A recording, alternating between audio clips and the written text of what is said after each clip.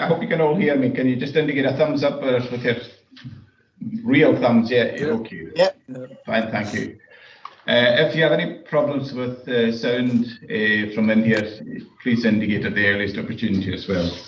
So this meeting is being conducted, as you are all getting familiar now, through Microsoft Teams. Now, can I ask you all, please, at this stage to make sure your microphones are muted, and I will invite Councillor Charlie Nicholson to lead us in a word of prayer.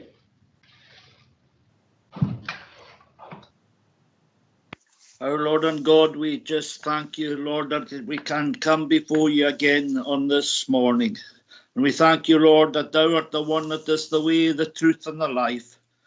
And we just pray for our council at this time, Lord. We ask you to be with our chief officers, to be with our chief executive, to be with our convener leader.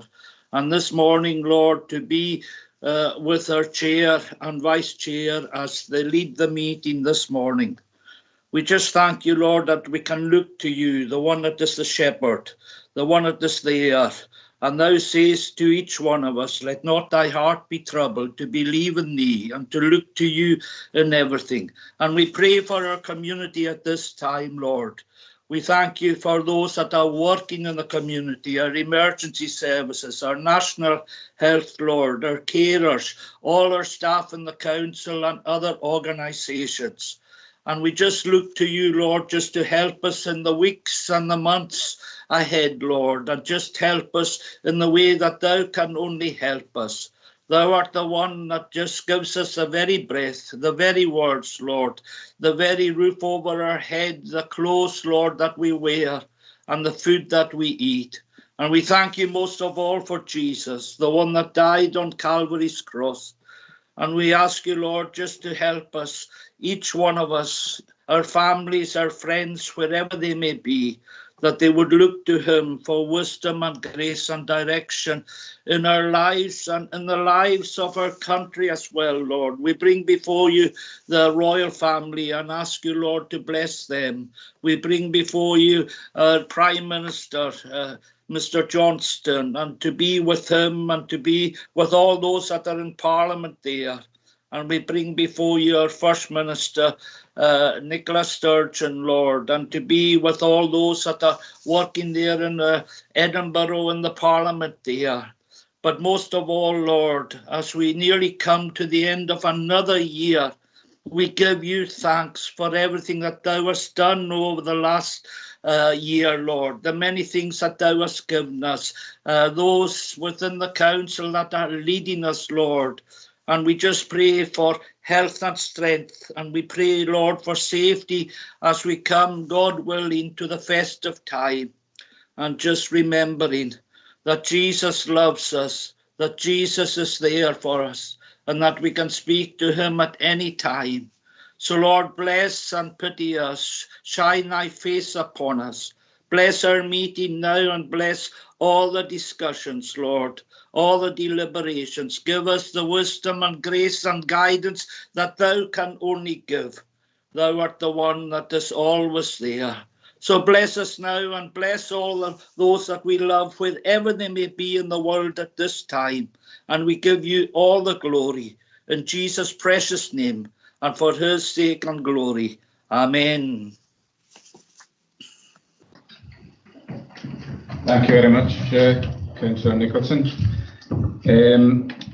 Now, just in regard to the meeting, a few housekeeping things to go through, which I'm sure you're all familiar with, but I'll just remind everyone. Please ensure your microphone is off to prevent any background noise that may be distracting or disturbing those that are addressing the meeting. I'll call on the relevant officers to present their reports, and if a member or officer wishes to ask a question or raise a point, please use the raise your hand function, or otherwise maybe switch on your camera if you do not have that function and indicate with your real hand.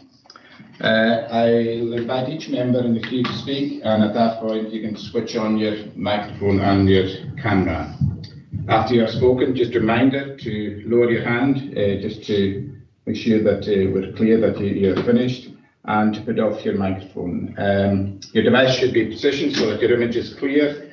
For some people, the further away it may be, the better they look, but just for consistency, if your image is as clear as possible, and if you can try and ensure that your device is properly located. When calling for agreement of the recommendations at each item, no show of raised hands or real hands will be taken as an indication of the committee's approval. In regard to declaration of interest, members are reminded of the protocol. That is, that you must leave the meeting by ending the call, which will be confirmed by the moderator to myself. And following consideration of the item, you will be invited back into the meeting by the moderator. And please ensure you're available to accept the invitation to rejoin. Finally, a reminder that the meeting, whilst it's not being live streamed, it is being recorded and will be uploaded to the COLA website following the meeting. So these are the introductory reminders for us all. And we then move on to the agenda proper. Chairman. Yep. Yeah. Yes, Councillor Mackenzie.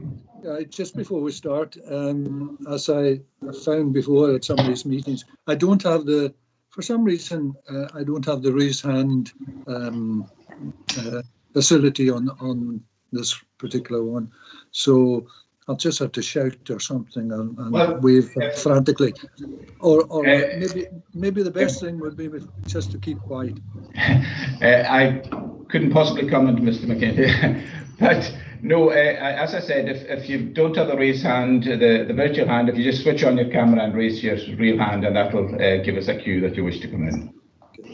But meanwhile, invite you to, that's right, just close down your camera just to ease the transmission. So you have there at item 1 on agenda the minute of the meeting of the 22nd of September. It is there for approval. I take it as agreement. Now, just a reminder again, this on the declaration of interest, members are asked to declare an interest in any of the items of the agenda in which they feel they have an interest. It would be helpful if members express why they are declaring an interest in the item. If you feel that there is an item coming up on the agenda in which you wish to declare an interest, please indicate now by raising your hand or otherwise indicating.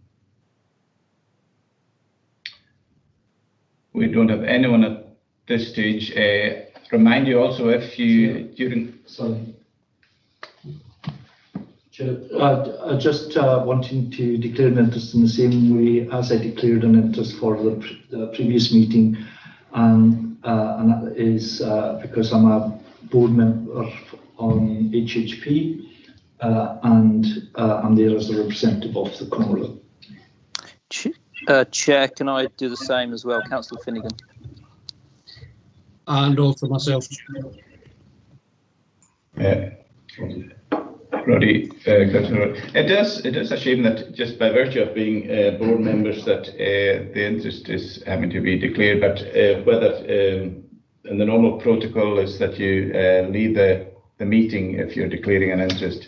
Perhaps that's something that we ought to look at in future so that we can get that invaluable input to the meetings from those that are board members rather than having to remove themselves. So thank you for that declaration. If anyone else during the course of the meeting feels that they have an interest that was not apparent at the beginning, please indicate and we will note that.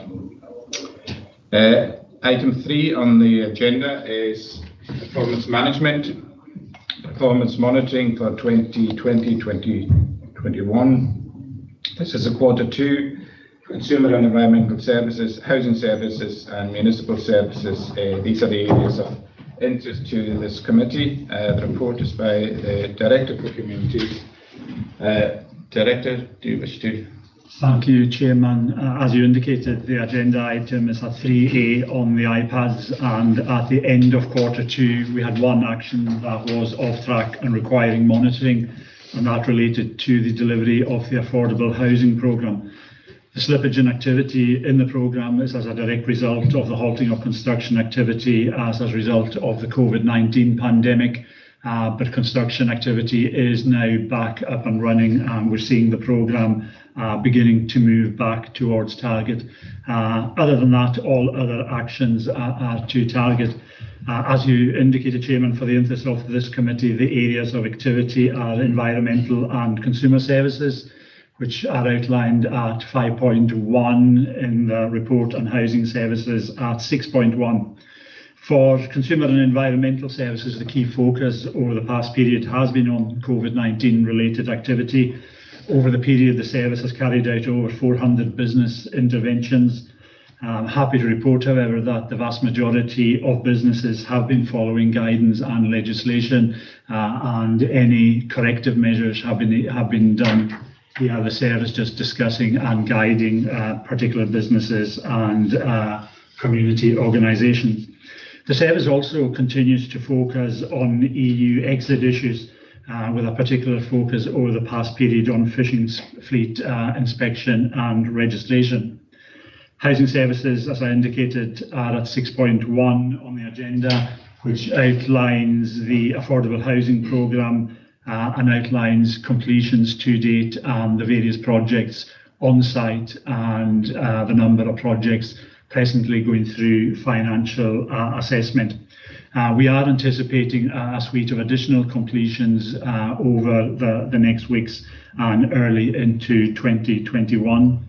Financial performance is outlined at 9.1 in the report, and happy to report that we are to budget, and we don't anticipate any unforeseen incident and coming in on budget at year end. Happy to leave it at that, Chair, and happy to take any questions. Thank you very much, Mr. McKeever.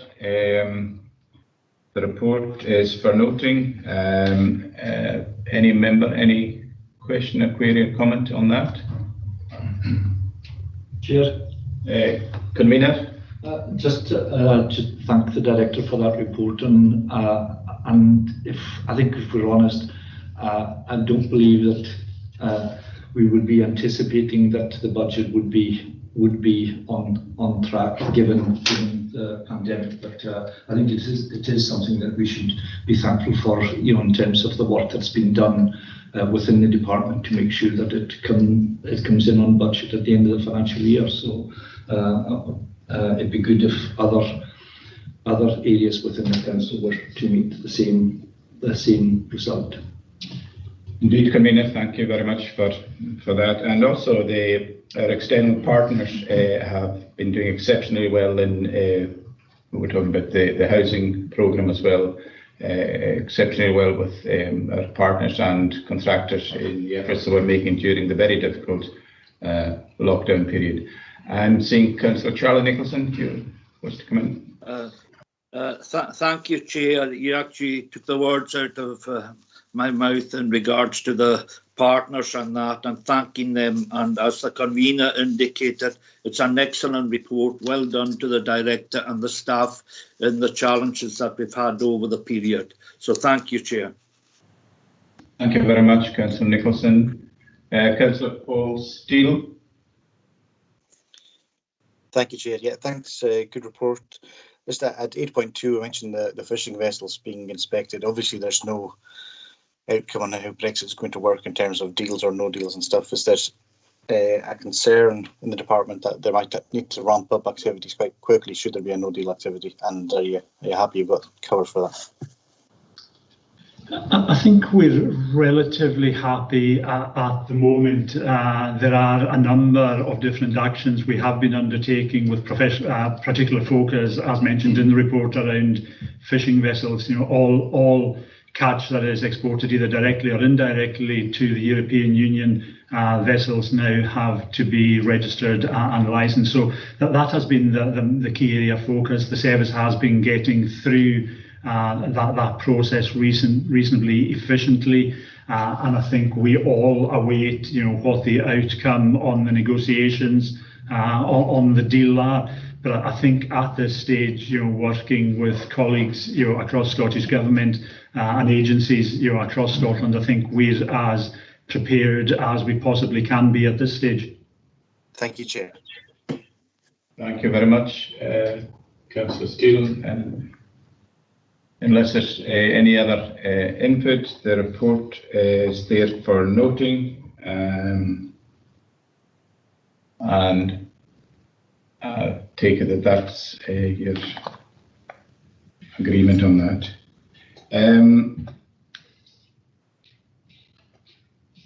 The next report is the performance monitoring, is it?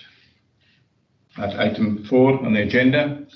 The report again gives performance monitoring Q2 economic development and planning, and Mr. McKeever will speak to the report. I think, Chair, Mr. McPhee, the head of economic development and planning, will actually speak to it. Yes, thank you, Chair.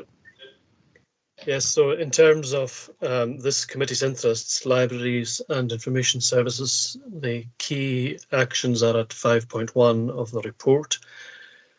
The library service continues to kind of roll out its sort of digital services, and especially the Connect and Collect service, which has been now established in all the community and school libraries. And we'll report about more of that at the next quarter. And the service continues to deliver a kind of a range of services and respond to inquiries, including an upsurge in the number of library memberships. In terms of the mobile service, we'll also report more at the next committee in terms of proposals to restart the mobile library service. So happy to take any specific questions, Chair, that members may have. Thank you very much, Mr. McPhee. I noticed some of the comments that were coming in on our community consultation, and perhaps some additional work in publicising the library service and the changes there might not go amiss, and I know that that's work in the planning. Any member wishing to comment? Or? Okay, and so far as the committee's interests are concerned, the members agree to note the report. Thank you for that. We'll move on to item 5 on our agenda papers, and that is the business plans. This report will be considered as a matter of urgency to enable committee to consider the business plans. The report recommends proposals that aim to realise savings of 3.5 million across 2021 to 2023. And while these have been designed to minimise the impact on services, the scale of the savings mean that there will be changes to how services will be delivered. I think it's important that we accept that we cannot make such savings of such a scale without impact on services, and including some reductions. Details of the relevant integrated impact assessment are provided in relation to each of the proposals at Appendix A, and the Corps has carried out extensive consultations on its proposal, as I indicated, including online survey and community conversations. And these have attracted valuable feedback, which is provided at Appendix B and C. I think there's been a tremendous amount of work done by officers in pulling this together and in presenting it. There's a lot of stuff to get through, and I would encourage members, there are a number of other committees over the coming few days, and you may well have some input and comment on some of these during the later committees. Don't necessarily feel you have to indicate all your comments on that at this committee, but please feel free to make any observations or comments as you wish insofar as the interest of this committee is concerned. Mr. Emmett. Thank you, Chair. If I may, just to, you've covered most of the key points, Chair. I think it's important to look at this in the context of the savings that are in front of us. We've tried to reflect in Appendix D the proposals where there was concern about the impact that they may have, and they will be carried forward. But I would remind members that the Budget Strategy Report, which you've probably all read, which is going to Policy and Resources Committee next week, really sets out that there is still a potential financial challenge to address. whilst there is extra money for Scotland in the budget that was announced by the Chancellor last week, it's not clear what decisions the Scottish Government will make yet about how it will allocate the resources that it's got. For example, it's got less capital than it had last year and more revenue, but some of that revenue, a good part of it, is for meeting the expected costs of COVID in the new year, which haven't gone away. So we really have, we're really trying to work with the best information we've got. So it's important that we make progress on these items as we go forward, and then we will be spending more time over Christmas and the new year looking at alternative proposals that we can bring forward if we need to, Chair. There's only one particular proposal that directly relates to this committee, which pertains to libraries, and if necessary, the Director can speak to that. Members, any comment or question you wish to put? There's, as I said, there's a lot of information out there in these reports, and hopefully you've managed to digest it, and there will be other opportunities at the relevant committees later on in the week as well. I'm seeing Councillor Gordon Murray. Thank you, Chair. These aren't really in the format of traditional business plans that I've been had experience of.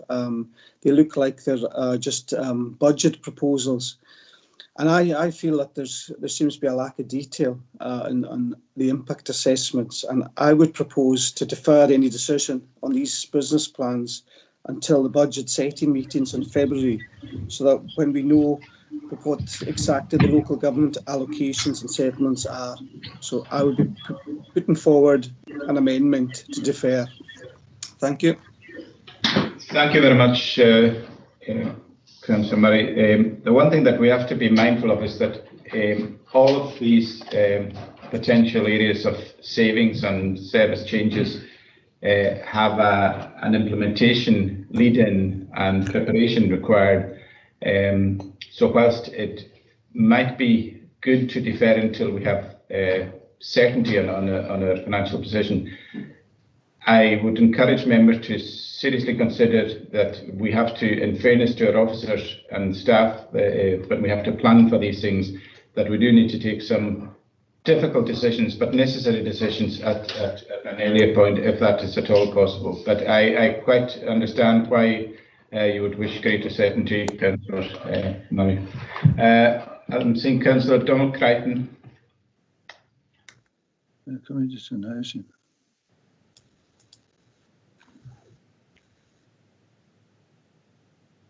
Kenzie, maybe if you could just close down your microphone.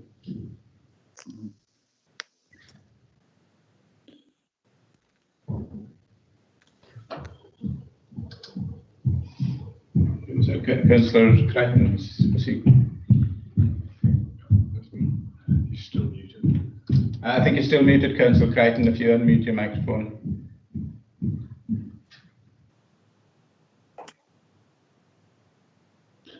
You've remuted it as far as I can see. One more time. Sorry, I've put my hand down now. Okay. Anyone, were you wishing to come in, Councillor Mackenzie? I wasn't quite sure on that.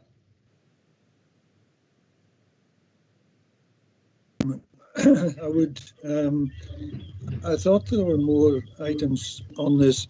It's difficult having to switch between one thing and another, but I thought there were more items on this which are directly affected by this committee. Again, I agree with the point made about this is, virtually taking the place of or anticipating budget decisions later on in February. I mean, for instance, I'll just take one example that I noted, and that's the 3-week waste collection. Now, I think, Councillor Mackenzie, that is for a different committee. That is for sustainable TNI. Right. Okay. That's fair enough. But I mean, I'm only using that as an example. Yeah, I appreciate that. As I say, it's difficult switching from one to the other. But you know, I feel that we are actually jumping the gun on this, and I don't think that we should be taking the decisions now on this, which is a budgeting exercise. And I feel there's a lot more information has to come between now and February. Thank you. Thank you for that. Can I invite Director Mr. Emmett to come back in? Thanks, Chair. I understand the sentiment behind what Councillors Murray and Mackenzie are saying. The reality is we don't know what the Scottish Government are going to give us by way of a settlement. And unless we're going to get something like 3 or 4% growth, we're going to have to find savings. And I can't myself see that 3 or 4% growth in the local government settlement is going to be something that we are likely to see. And therefore, we need to make progress with the savings. And if you look at many of the savings, they are not things that we can decide to do on the, I can't remember what the date is in February, the last week in February, and implement on the 1st of April. We're going to review I'm trying not to use exam, we're going to review the library service and make changes to the library services and consult with staff and see whether or not any staff want to take voluntary retirement and implement that for the 1st of April. It just won't be possible. None of the things that are coming forward, well, not all of them, but most of the things that are coming forward that have material savings, if we want to make progress with them for next year, we need to decide we are going to do them and to get on with them now. Otherwise, we're simply not going to have time to make those changes. The scale of the financial gap, which is, I think, likely to be of the order of £4 million, is more than the £3.5 million that we are sitting with in reserve. So we have to be mindful of what are we going to take forward in terms of how we're going to do it. So if we are not going to make decisions, and it's obviously up to you as members if you are, but my advice is we can't put off making decisions about the things we're going to do because many of them require planning to do. And if we haven't got the authority to go ahead and plan to do them, then we're starting from a standing start in February on the implementation of them. Thank you very much, Mr. Emmett. Seeing convener wish to come in, and then Councillor Mackenzie. I'll bring you back in, Councillor Mackenzie. Convener first. Thank you, Chair. I just think that to take the kind of action that Councillor Murray is talking about just now is very premature.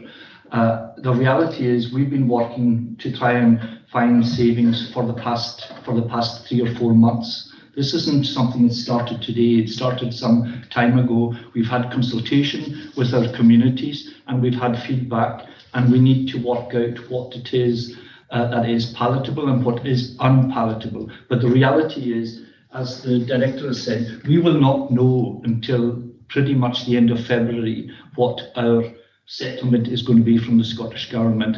And I would certainly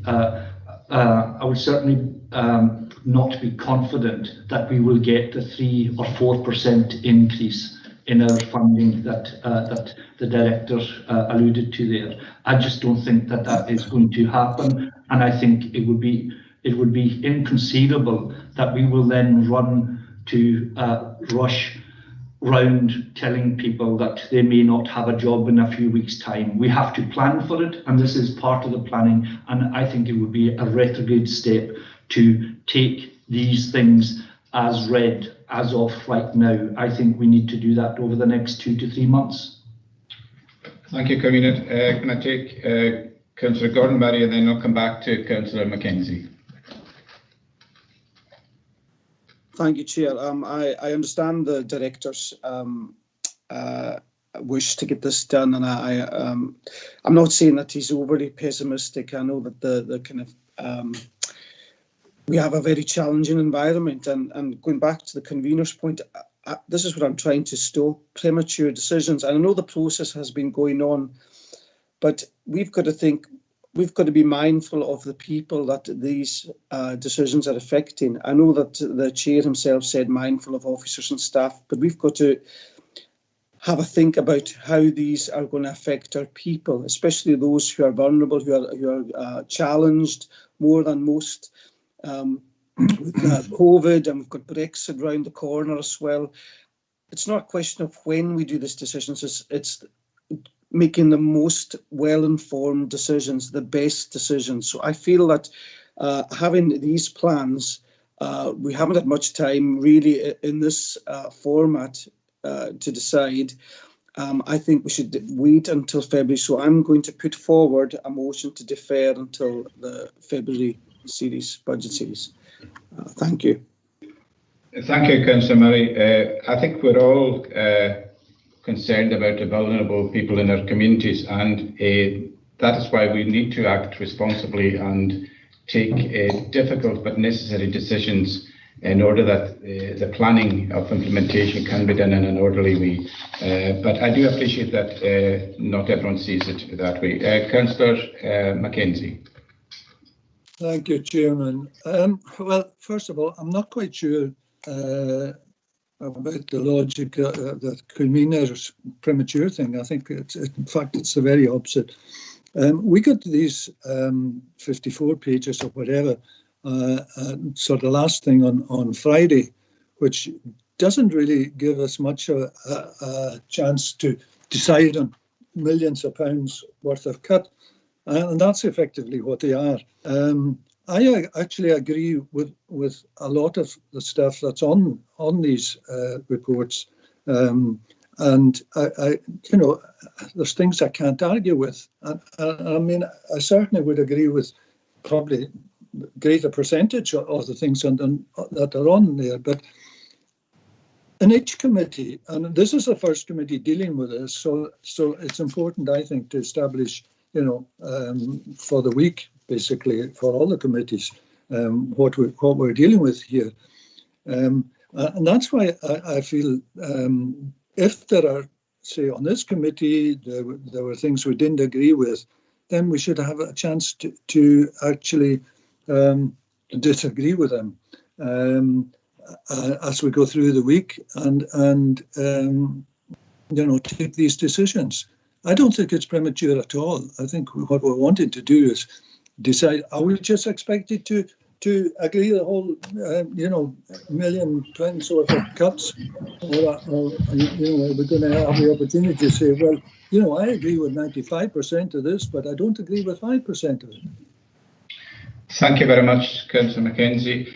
I know you referred to a significant number of pages that we've received, and a lot of it is feedback that we received. But if we're at all in touch with our communities, I would suggest that little of that should come as a surprise to us. We are aware that there is a level of concern and anxiety out there, and people are looking to us to take the necessary decisions. And I would hate to think that we are going to defer things to such a point in time that hasty decisions and ill-informed decisions would be taken then. But I do take a point that we'd all want greater certainty, but I think the way that we built up our budget in the past is based on best assessment and advice given by the likes of the director to us. And in all honesty, the mood music from government, from all governments, is not encouraging that there's going to be additional monies available. I would be quite surprised if that were to be the case, but I would be delighted if that was to happen. I'll ask the director to come back in. Thank you, Chair. The only observation I was going to make is this committee is the opportunity to have a discussion, if you wish, about the proposals relating to the work of this committee. So we have time now, if members wish to explore, for example, the library service, which is the one that is relevant to this committee, to have a discussion about what is proposed and what the impact might be. And the same applies to the other committees. I'm conscious there's quite a lot in that for many of the committees. What I would want to do through the committee process is to hear about any particular proposals that members had particular concern about, that they felt needed more work. So rather than not proceeding with anything, as outlined in Appendix D, there's a number of things we've said we will do more work on, and we're not ruling them out, but we will do more work on them, and if necessary, come back to them. And I think that the committee is the place for the proposals that are in front of you to have a discussion about any of the details. Calamin, Akiva and I can answer any questions, or any of the other officers any questions that relate to them, to help with that process if necessary.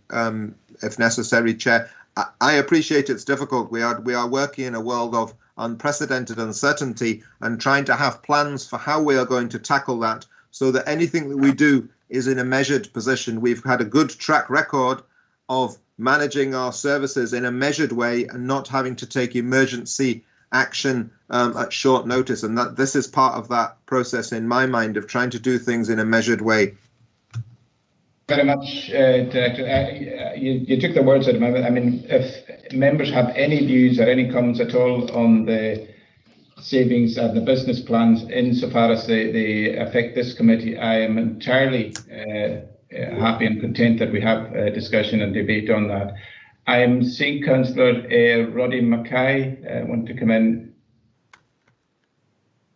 Yeah, thank you. Sorry, I missed the last 15 minutes. I had to leave the meeting. I've just come back in. So I take it, I hope I don't repeat anything that's been said, but yes, absolutely. The committee is a place where we should discuss these particular choices. I think the most important thing we must grasp here is that to do things in a planned and organised way is much, much better than doing things lastminute.com and then having to slash and burn because we just don't have the money. So I think, what we're trying to do is provide reasoned and informed choices to members. We have to take these choices.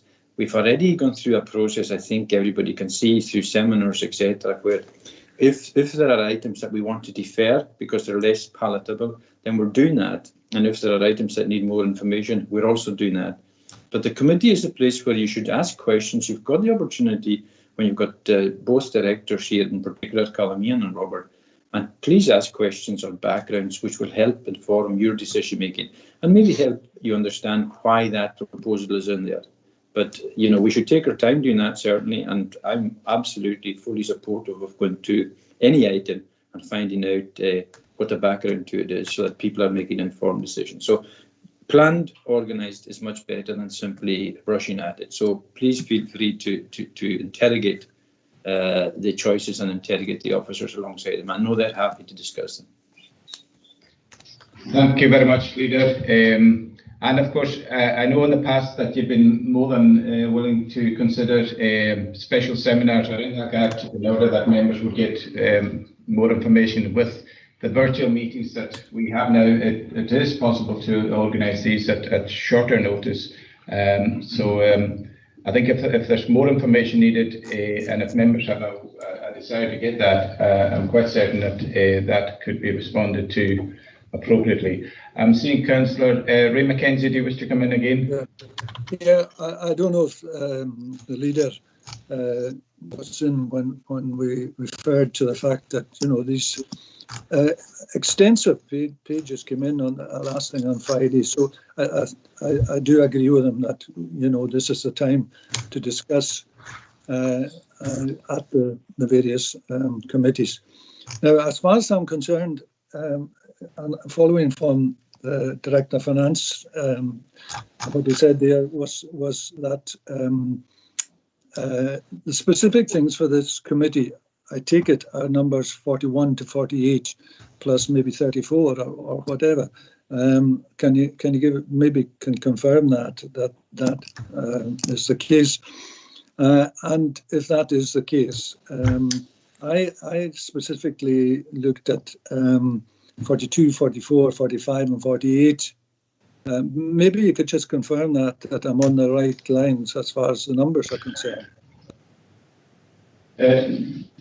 Chairman, the budget line that's relevant to this committee is BP 4747, which is to do with the libraries. That is the only one on the schedule that is for this committee. Okay, 47. Well, in that case, I'll rest my case. Okay. I will leave it to the appropriate committee then. Okay. Thank you very much, Councillor Mackenzie. Any other member wishing to make any comment or ask any question on that? Councillor Gordon Barry. Thank you, Chair. I think yourself and the council leader were making the points I was trying to make, is that we need time to consider, to inform ourselves. But the recommendations before us is to approve.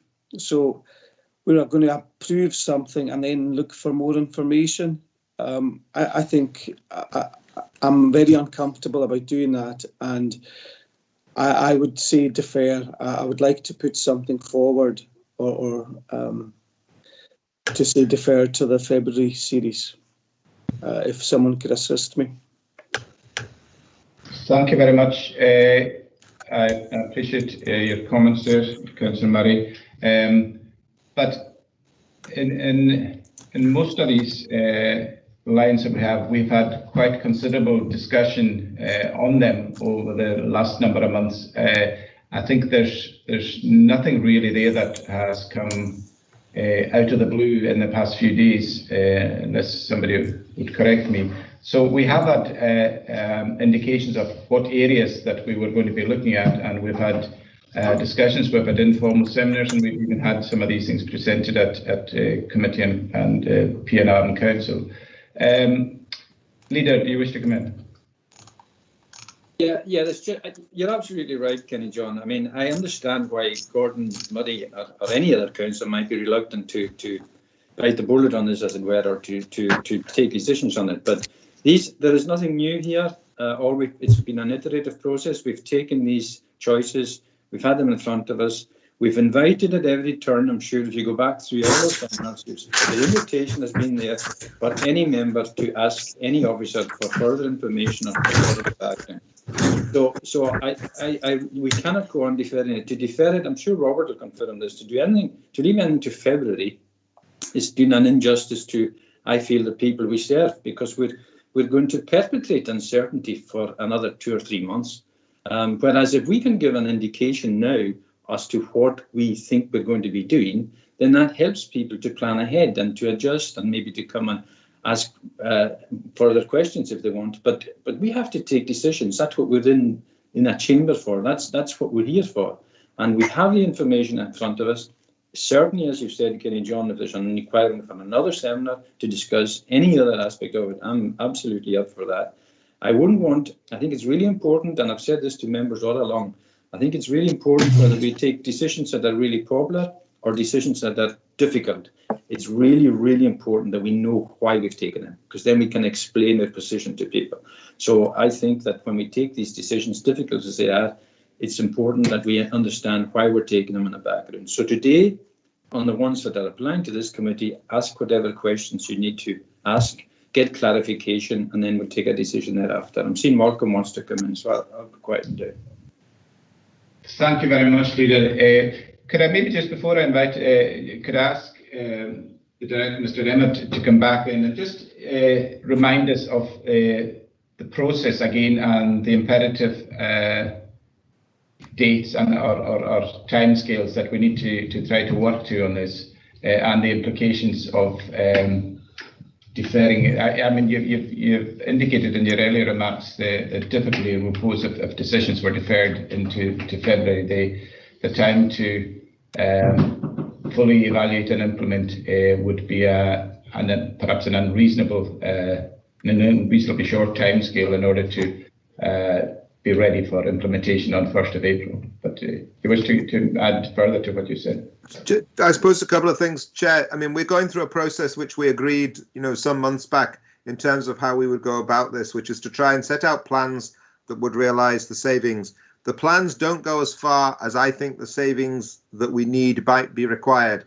Looking across the judgments that other directors of finance have made across Scotland, then we're very much in line, I think, with the sort of assumptions that are being made in Scottish local government generally. So it would be nice to be wrong, but if you look at the fiscal landscape, it's difficult to see that the government is going to be in a position to give us a lot of extra funding. It's going to have a lot of other pressures on funding, and obviously that's limited in terms of what decisions is made coming down from Westminster. So it's hard for me to be optimistic that we're going to get an increase in funding which would take some of the pressure off.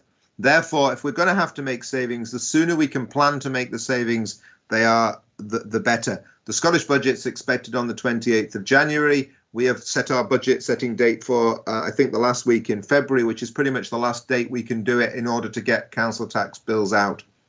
If you look at many of the proposals, they require time to progress. They're not things that we can decide on the 28th of February that we will do and implement on the 1st of April because they need to consult. If we are going to have a scheme looking at voluntary early retirement to reduce the workforce without going down any compulsory redundancy road, which is in line with your own wishes as councillors, then that needs time to be done. And if we leave it too late, my concern is that we will be doing things in a rush and we'll have to have it might have a worse impact on services than doing it in a measured way. There is an awful lot of work to be done in many of the proposals that are in front of you, which cannot simply be done quickly. There is already going to be a challenge taking it forward, I think, in terms of the resources, the number of people, the number of man and woman hours required to progress it. So that's one aspect to it. I think the one aspect I suppose I would agree with councillors on is that we don't want to cut services unless we have to. Now, there are some proposals which you could say, well, we can if it's just reducing grant funding, then you can do that at short notice. So it's possible there are some proposals where if the funding proves to be significantly higher than I'm estimating, then you could revisit them and restore them. I'm not optimistic when I consider that we're still over £1 million short for next year, that we wouldn't have to progress with almost all of these. And I think that the trick would be that we should be looking at the consequences of each of the proposals, Chair, as you've already outlined, and considering from the perspective of this committee, you've only got one line in this committee, is that something that we want to take forward, and or is there any particular guidance in how it's taken forward that you want to provide to the Director for Communities? I hope that helps, Chair. We find ourselves in a difficult position, and from my perspective, the sooner we can start making progress, the greater chance we've got of success and doing things differently. And as I think Councillor Mackenzie said, some of the proposals it will be difficult not to support. Thank you very much, Director. I mean, you did put a dose of cold reality there that we have still got a substantial gap that we have to find based on the assumptions of settlement. So there's some very, very difficult water that we have to plough through. Can I ask the Chief Executive to come in, and then Councillor Steele? I believe that Derek Mackay is actually Councillor McCormack, and I'll ask him to come in, and then Councillor Mitchell will have it then. So, thank you, Chair. I won't take up the time of the meeting, but just to reiterate what the Director has said, budget setting and indeed budget delivery for this and hopefully the next year is a process, not an event, and it has to be managed. There are the scale of the savings which the Corla is quite reasonably anticipated to be required to make requires time, and it requires planning, and it requires what can be consensually agreed to be implemented as soon as possible. And I would refer the committee to 2.3 of the report. The Corla has carried out extensive consultation and with the public through the community conversations and through the online survey, and this report reflects these. This is what arguably members of the public are expecting us to do, because they have said, go ahead and do this. 2.4 confirms that any of the proposals which did not receive public support or member support have been modified and will be deferred. So these proposals are already deferred, but arguably there is little point in doing a consultation saying to the public, we know we need to make these savings, and then not, and when they say, yes, we appreciate that, we don't want it, but we appreciate it, it is, I think, imperative on us not to waste time in the officer's sense and take these forward as soon as we can, because to do this, to put everything back on the table, including proposals which the public have said they find acceptable in February, will place a very, very difficult, if not impossible, burden on the system in terms of delivering a budget for the next financial year. So I would ask that the committee bear these things in mind. Thank you, Chair.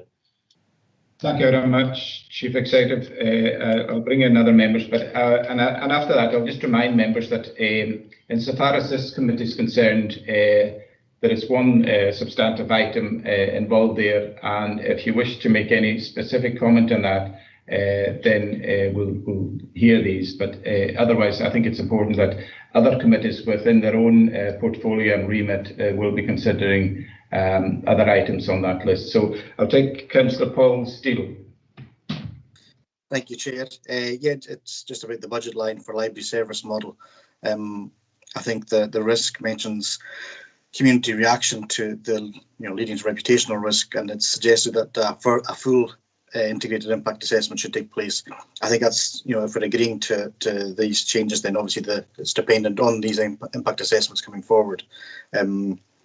A bit more detail on the spokes section. I mean, if we're doing a hub and spoke and a digital library hub, just what would that look like? What does it entail? Like I say, the closing of the libraries in these areas post-COVID, they could be quite important. So, a bit more work on impact assessment would be appreciated. Thanks. Thank you very much, Councillor Steele. I think it's fair to say that before any of these suggestions or proposals would be implemented, we are legally obliged and required to undertake an impact assessment, and it would not be appropriate to implement anything without that. So I take it that would be automatically directed. That's right, Chairman. On the library, we believe that a full integrated impact assessment is required. As members will be aware, library service redesign has been on the agenda for a long time. We have been looking in detail at the library service and what that library service should look like going into the future. And members have taken a decision in the past to support the purchase of a new reinvigorated mobile service.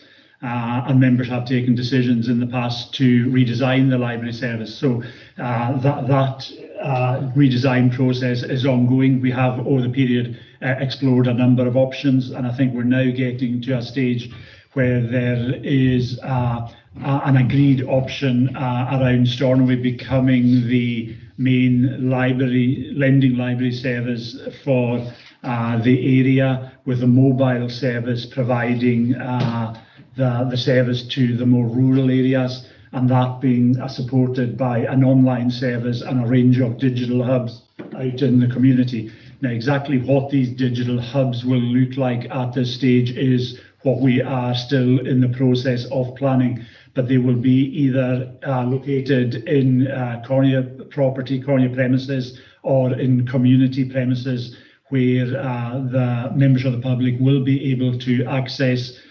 computers and other digital facilities to allow them to do whatever digital business they require. So that is the broad outline of the service at the moment. There is still a bit of work to be done to finalise the detail, and I think we need time to plan that detail over the next quarter to be in a position to be able to implement that from the beginning of next year. I hope that provides a useful overview, Chair. Thank you very much for that overview of progress and work still outstanding, Director. I've got Councillor McCormack, Councillor Mackenzie, Councillor Mitchell and Councillor Crichton in the queue. So Councillor McCormack. Thank you very much, Chair. I'm not a member of your committee. I think the suggestions of prudence in regard to this matter is very important indeed. We really have to give the system of reviewing the library service as much time as we can before we actually take the final decisions on it. My understanding from the budget line is that we're not looking for savings in this immediate coming year, that it is the year subsequent to that, which would suggest to me that we do have a little bit of leeway, but nonetheless we need to take a decision in principle in order to balance our budget. I think that's a sensible thing to do. We have an idea from the Director's comments as to where we're going.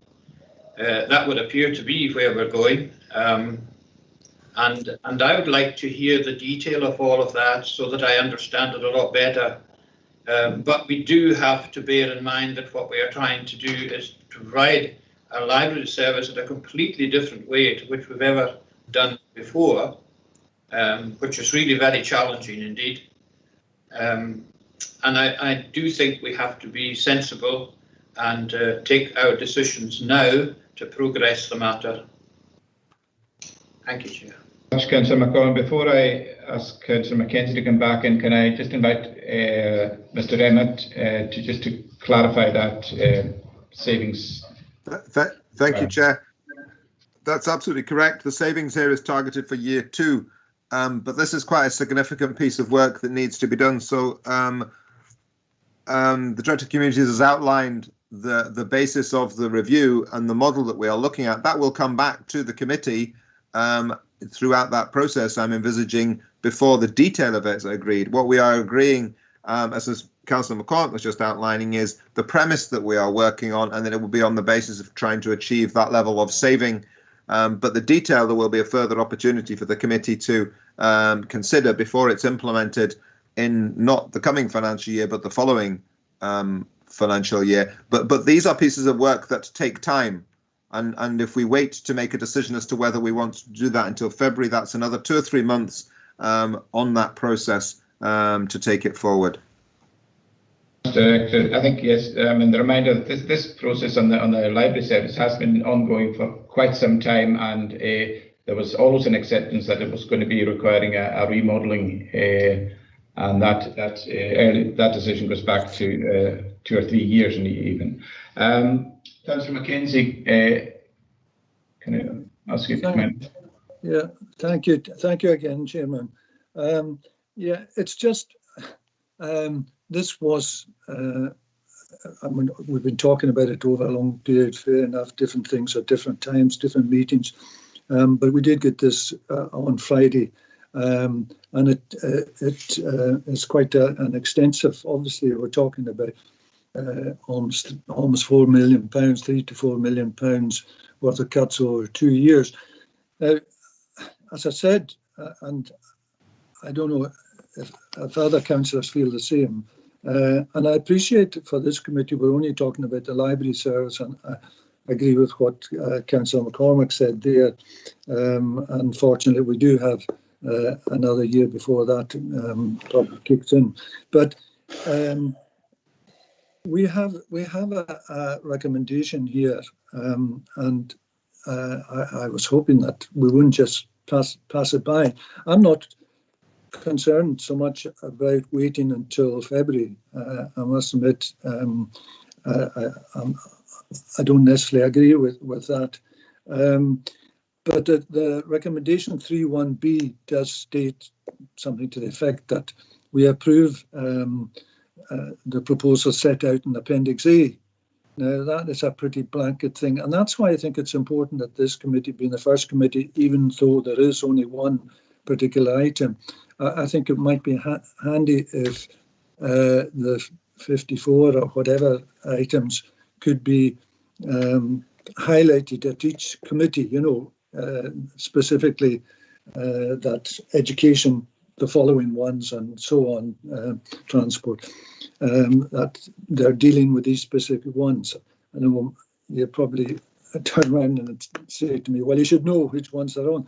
But there are some things like travel, for instance, and that is across the board.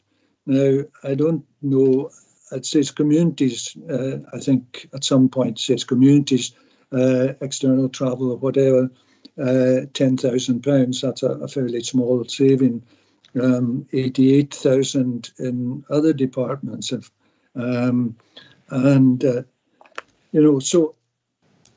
I wouldn't like to see that each committee, we could have some sort of warning. I don't know if that could be sent out to me as maybe the only ignorant one about this, but if we could certainly have anticipated the actual items that are coming up, say, for education or whatever, and the subsequent committees this week. So my point is that I agree with 90% of this, maybe more than 90%, 95%, but I don't want a blanket recommendation to be approved. So how do we get around that? I mean, in this particular case with the library, I agree that there's no problem, because we can just say, well, we agree 3.1b because it only applies to that one thing. But when it comes to education, transport and so on, sustainable later this week, we might not agree with a number of things, and while still agreeing with £2 million for 21-22, we might not agree with the remaining 300,000, and people should at least have the opportunity of discussing that. And I certainly wasn't aware until the leader came in and said that we should be just looking at more depth, because I almost felt that we were going to run away with the thing and just say approved, and that's it. So thank you for letting me ramble on a wee bit, but that's my opinion. Thank you very much, Councillor Mackenzie. And yes, I think certainly note that many of the proposals we reluctantly go along with, and as I said,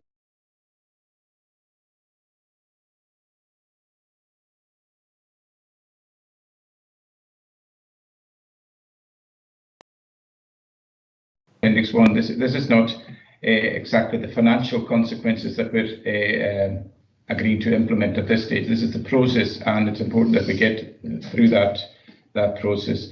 I've got Councillor John Mitchell, and then I'll take the leader in after that. Thank you, Chair. Yeah, good morning, everybody. It was nice to see you outside, just beside Councillor Steele, a Christmas tree. It reminds us all it's the 1st of December. Season to be jolly and all that. Back to serious business, though. It's about the library service, BP 47. The director's answered some of the questions I was about to pose, and I think Councillor McCormick also echoes my view that we need to see significantly more details. A little bit concerned at the bottom when it says an integrated impact assessment highlights the fact that we need a integrated impact assessment. It'd be quite nice if we could have maybe, I know there's time, because I see that in 2021 too, there's no savings, and the savings are for the following year. Can I mention 2 points? First of all, the last paragraph in the detailed description says this will free library staff to focus on professional library responsibilities. Presumably you mean Stornoway library staff, because there seems to be an assumption that because, again, it depends how we define digital library hubs. The first question is, will there be any staff in Tarbert, Linniclet and Barra? And my second point is that unlike Stornoway, Tarbert certainly, and the other two I'm sure, are not simple libraries. They are lending libraries. They are integrated with the school. So therefore have a much broader spectrum than just simply lending books. And my final point is, when it comes to the integrated impact assessment, can I assume, in the words of the convener and so on, that we consult with the appropriate bodies, and that would be presumably the staff and the one member of staff in Tarbert, the community, but also the school, because as I said before, it has a fairly significant impact on the relationship between the school and the library service. Thank you, Chair. Thank you very much, Councillor Mitchell. I will just remind, I think Councillor Crichton, whose name had actually disappeared off the list as wanting to come in. Chairman, I think the points I was wanted to make have already been made. Thank you. Thank you very much, Councillor Crichton. Leader, can I invite you to come in at this stage, and then Councillor Norrie MacDonald. Yeah, I think we're going over. In terms of the process, I just think there's a bit of confusion, and I appreciate Ray Mackenzie's comments on it. So we're considering business plans. We're approving officers. We're saying to officers, go away and do the work on these things. These are the things we're looking at. Go away into the work. If we need impact assessments, John Mitchell has just outlined who we should consult. There's very, very clear guidance when you conduct an impact assessment. There's obligations. It's not like, oh, we'll just consult who we feel like. So there's clear guidance on who we should consult for particular decision making. So that will take place. So all these things are protected and all these things will happen. In terms of the committees, yes, we've got a committee structure. It just so happens that today, this particular committee, there's only 1 or 2 lines. What we'll do at the start of Education Committee, Robert was going to do this at every committee anyway, highlight the business plans. He'll do it at the start of each one. He'll introduce them and he'll list the items that are relevant to that committee, if that makes it easier for people. If you want an email to go round today at lunchtime to say, these are the items that relate to these particular committees, Robert can do that. In fact, that might suit you all better, just to make it clear and we cut through. So there's no debate, which was a fair point that Ray had. And if there's confusion around it, we want to clear up confusion, want to make it as simple as possible for people to identify what they should be talking about within committees. But we do need to get cracking with this. We're not doing anybody any favours when we delay, and then all of a sudden we're pressed into doing something. And then we're doing it in a hurry. We'll only upset people and we won't give them time to plan for it. So we are collecting information at the minute, more and more information. All we're doing with these business plans is saying, yes, crack on with it, go and come back with information. The other thing to say is there's been mention about money and whether we get extra money. Well, if we do get extra money, by going through this exercise, we're actually preparing ourselves for that too. Because if we do get extra money from somewhere, and as Robert has indicated, and he's a professional and he's the closest guy to these finance directors at COSLA, but he doesn't think we will. But if we do get extra money, by going through this particular exercise at the minute, we'd identify things that are really, we're reluctant to cut, or things which the communities would particularly miss, or things that we ourselves have had sort of reservations about. And therefore, if we do get extra money, we know exactly where to go back to and what to reinstate and what we can protect further. So this exercise has got an upside both ways, and we need to get on with it now. But the most irresponsible thing we can do is not to get on with it, to leave it until February. And I don't think there's any appetite for that anyway, because then we'll be seen to be irresponsible and not planning accordingly. So if Robert could maybe confirm that he'd be able to do that around the committee items, that would be very helpful, I think. Thank you very much, Leader. I think that was an excellent suggestion, and it will help focus minds on the particular areas of relevance to the committees as we work our way through them. And I think Robert is nodding in agreement that that is possible to do that, so he will circulate that. I'm seeing Councillor Norrie MacDonald Skeeter's been waiting for some time. Yeah, thanks, Chair. I'm not a member of your committee, but I think I'd like to disavow the notion that any of this gets rushed into. You know, I mean, having sat on the budget board, which meet regularly when the pressure gets applied, I think we're pretty much regular throughout the year. This is a process and a filtering system that goes on fairly relentlessly. It has been going on since my 3 years, certainly within the CORLA. You know, I mean, we've been fighting budget cuts since whenever, and I've been a part of it. I know it goes on, and I know it's not something that gets done irrationally or imprudently or quickly. So the notion that we're rushing into anything, I think, needs to be fairly quickly disavowed. I do note, however, that every time this comes up, there's a large number usually attached to library vans, and I support Councillor Steele's suggestion that, you know, the impact assessment, and Councillor Mitchell, that an impact assessment, and we need to be careful where we go. There are several items on the budget lines. You could have 50 lines on that budget line just now, and 4 of them would stand out, and it would be libraries, bin collections, street lighting, road repairs, and very little other would even merit a mention when it comes to discussion within our community groups. So I think impact assessments, as we've been told, are being carried out, and we need to be careful where we go with them, because some of them, whether we like it or not, will have disproportionate impact within certainly the perception of our community of what's important, you know. But libraries certainly have been highlighted as something that are of particular importance within our communities, and making sure we don't cut off our nose to spite our face when it comes to library vans is probably a priority, you know, amongst other lines of budgetary inquiry as well. So I would like to make sure that we make sure that we're doing these things prudently, and I'm very convinced that we are. Thank you very much for that reminder, Councillor MacDonald. These things have been in the melting pot for quite some considerable period of time, and we did have many discussions about the procurement of mobile libraries vans, which we agreed to, and then which were going to be part of our reconfigured library service. So you're absolutely right. There's been, you know, a lot of discussion about it. The initial desktop exercise indicated that a proper impact assessment is required, and that will be done as a matter of course. I think just to take one final contribution from Councillor Murray. Thank you, Chair. I think the Chief Executive mentioned the consultations, and when I read through them, I believe there was quite a lot of them looking for more information, and I think that's been the thread of a lot of consultations that we've done, that they've looked for more information. When people talk about impact assessments, I don't think I've seen the impact assessments that were supposed to have been done at the last budget. I haven't seen any impact assessments on these savings that were put forward. So members are asking for details and impact assessments and later on, but I've been asked to make the cuts just now. I think that's back to front. I think we should have the impact assessments just now so that we have more information, how it impacts our communities, and then we have well-informed decisions. I mean, are we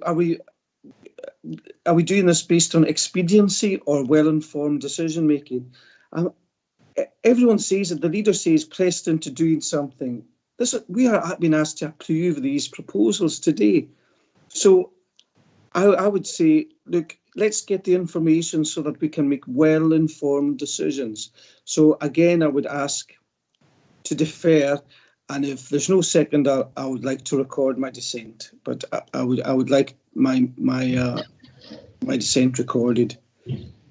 Thank you very much, Councillor Murray. Just for clarification, we're not being asked here to agree these financial savings. I mean, this is a process that we're talking about, and the process of the business planning set out in the appendix is a necessary part leading up to that. I think going back to your comment on impact assessment, that is a requirement on the council to undertake these an initial desktop exercise. If that suggests a full impact assessment is required, that simply has to be done, and as far as I'm aware, has been done in past instances where that was flagged up as a requirement. Chair, can I ask you a question? Do you think it's responsible to make a cut without knowing the impact assessment? Well, we're not making a cut. You're not making a cut. If you wait to be invited in, please. Director, if you just, Mr. Emmett, if you just remind us all.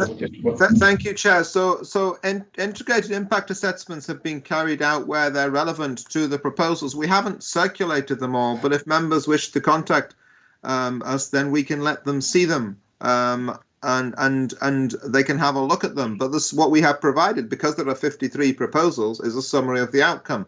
And what's relevant to this committee is Mr. McKeever has pointed out that as the proposals are developed, a full assessment will be required, and the design of the new service, which is work that the decision today will be to get on with that work to do it, would have to adapt and make sure that it provided mitigation for any individuals who might be adversely affected in terms of the legislation, and that will also come back as part of the final proposal. So the officers take the impact assessments very seriously. They are a significant piece of work that requires you to look at all the characteristics and the economic impact. And if members wish to see them, then we can happily make them available. But we have not circulated every single impact assessment at this stage, Chairman.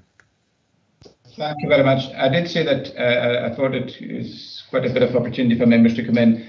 can I just ask if it's relevant to the particular item on the report that's relevant to this committee? I'm having to take a further comment on, but otherwise I do think we need to focus in on this and move on. We're being asked to approve the business planning proposals. It's the business planning proposals we're being asked to agree to here. So Councillor Mitchell, you wish to come in? Yeah, thanks for letting me in again, Chair. Just a couple of very brief. I mean, in my earlier statement, I gave two comments. One was the fact that the integrated impact assessment should include the necessary bodies. The leader has replied positively to that statement. Second statement was the need for empathy and understanding that the library is part of the school rather than on its own. That was also answered reasonably. The third one was a question, really, and that is that in the year 2022-3, the 37k identified savings, does that mean, we're talking about detailed information, does that mean there will be no staff predicted at this stage? We've already almost presupposed there will be no staff in Tarbert, Linneclett or Barratt? That was the question I posed, and I don't think I received a response. I'm sure. Thank you. Right. Thank you very much, Councillor Mitchell. Can I just ask the Director for the Service if he wants to make any comment on that? I don't think, Chair, the proposal presupposes anything. What is looking for is authority to go forward to look at the redesign elements. As we know, there have been decisions taken in the past around the direction of travel for this particular service. As I indicated earlier, we've got an outline model. We now need to do further work around that model to refine that model, and that model will come back to the committee and to the Coroner in due course for final agreement and final discussion. A full integrated assessment will be part of that. So I think what Councillor Mitchell is looking for is a wee bit ahead of where the process is at the moment.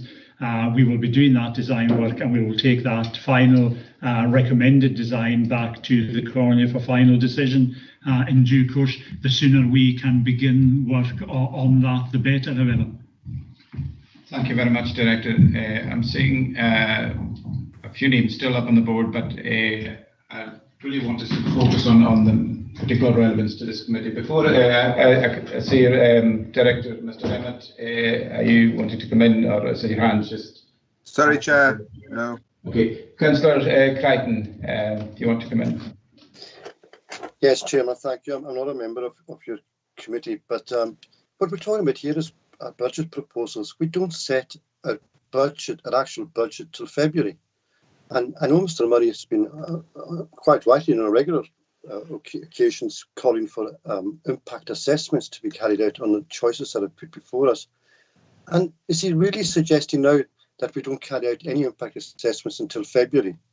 I mean, and also, we haven't ever had the opportunity to view the impact assessments of his own alternative budget, and when will they be revealed to us so we can make informed decisions? These are just business proposals at the moment that are going forward for discussion, and we will set our budget properly in February. Thank you. Thank you, Councillor Crichton.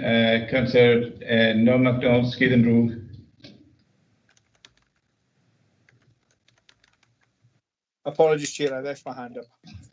Okay, this is, I'm seeing Councillor Murray, I've given you many opportunities to come in. Can I just say that I'm wanting to move on to the recommendation and put it to the, so if you want to just. Agreed. Thank you, Chair. Just coming back, and thank you very much for taking me in so many times.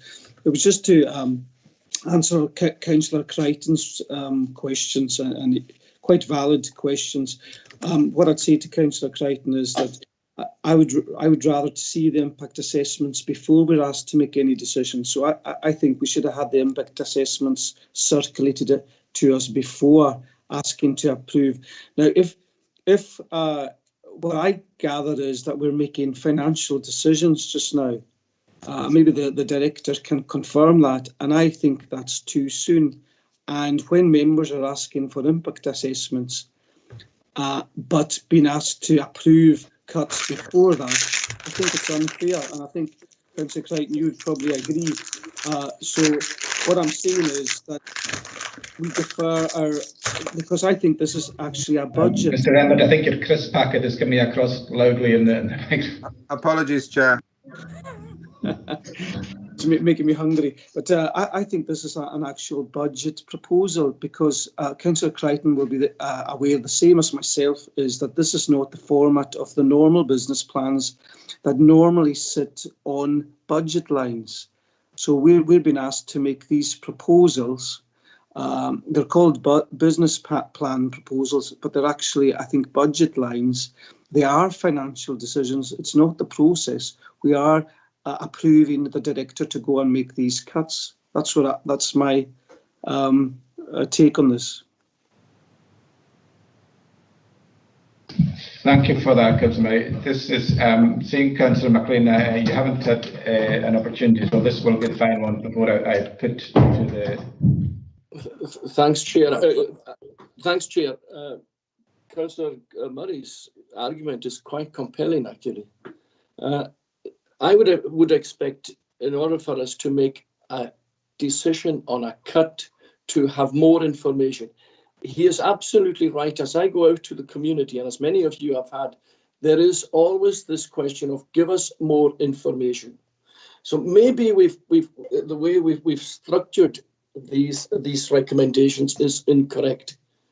Maybe we should be asking people asking us to come back, to go out with the proposal and do an impact assessment with more information, and then come back for a final decision. I feel myself, if we're making a decision on a cut of a budget here, and this one is until 2023 anyway, so we do have a bit of time, but therefore I would say that maybe we've structured the recommendation incorrectly. Thank you for that. I would just remind members that we have actually been through a process and scoring and given views as to what were the priority areas for looking at. We cannot reasonably expect all members of the public to be as informed as we are as members, and perhaps we do have a responsibility to convey and communicate at a local level. But there's a vast amount of information before us, and as Councillor Norrie MacDonald said, a lot of this information has been going through budget board and committees and leading up to it and at various seminars. So as members, I would be astonished if there's anything before you today that comes as a surprise. I'll take the leader in, and then I'll just move to put the recommendation. Well, I was just going to suggest that you just move to make a recommendation, because we're going round in circles here. I mean, you can only explain in so many ways what we're trying to do here, and it's been explained, and the director has gone through this process for many, many years and explained what we're doing. We've done this year on year. If we do impact assessments, we will be triggered by us taking a decision to look at these areas. That is all we're doing. In the business plan proposal, go and get more information. It would be quite ludicrous for us to get impact assessments on everything before we could even look at it, and then we decide we're not looking at it. How many officers do you think we have? So this is a perfectly sensible process. It's perfectly open and transparent, and we'll come back with the information as we go through it. And I would urge you to discuss the issue in question rather than to be going round the houses as to whether the order of events. The order of events is accepted, is perfectly sensible, has always brought us to a place where we get a balanced budget. I don't think it'll be any different this year. So can we just decide, if you want to vote, vote, but I think we need to, I don't think at any committee we would want to be delaying anything until February, but certainly discuss as much as you want and get as much information you can about every single proposal that Robert has in there. So I think we really need to move on. Thank you very much, Leader. I'm just about to ask insofar as the committee's interest is concerned, but before I do that, I'm seeing Mr. Emmett, his hand raised just for a very brief intervention. Chair, just very briefly, but I'm happy to share with members the impact assessments that have been carried out. I think that I would hope that you can have confidence that where it reports what's come out of an impact assessment in the detailed proposal, that you're content with that. But I'm happy to. There's no reason why the impact assessments that have been carried out can't be shared, and I'm happy to arrange that, and members can see those. Right. Thank you very much, Mr. Emmett. Now, I think I'm seeing Mr. Miller, but I think I've given ample opportunity. I'm now going to ask the committee, insofar as, and it's important, insofar as this committee's interests are concerned, do members agree to approve the recommendations at paragraph 3? Agreed. Agreed. I'm seeing one hand up, Councillor Murray. Chair, I am not going to agree, so you can record my dissent. I believe that the impact assessments need to be shared before we make the decision. Thank you. Thank you. That will be noted, Councillor Murray. Appreciate your comment. Okay, so insofar as the committee's interest is concerned, the recommendations are agreed. With that noting of dissent from Councillor Murray. The item 6 on our agenda is a housing matter, the strategic housing investment plan. Just to clarify, Chair, I declared an interest in the HHP item, and I will leave the meeting at this stage. Well, I'm just wondering.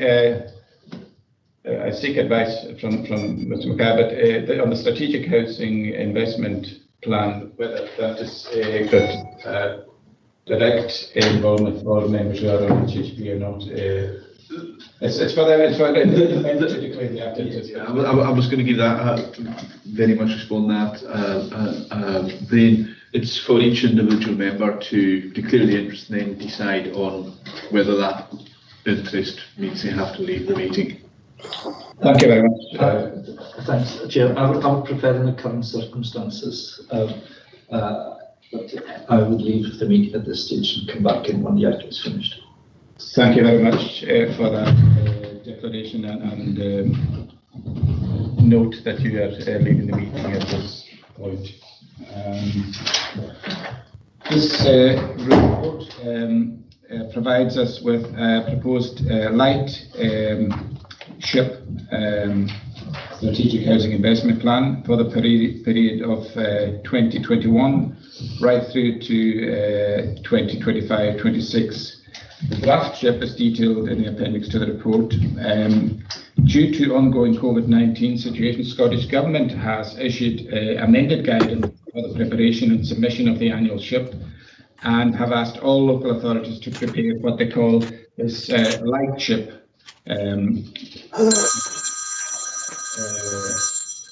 As long as that's not a fire alarm, I think we're okay. For submission by mid-December. The draft SHIP was considered by the Communities and Housing Strategic MOUG on 24th of November, and I think Ian Watson will speak to this report.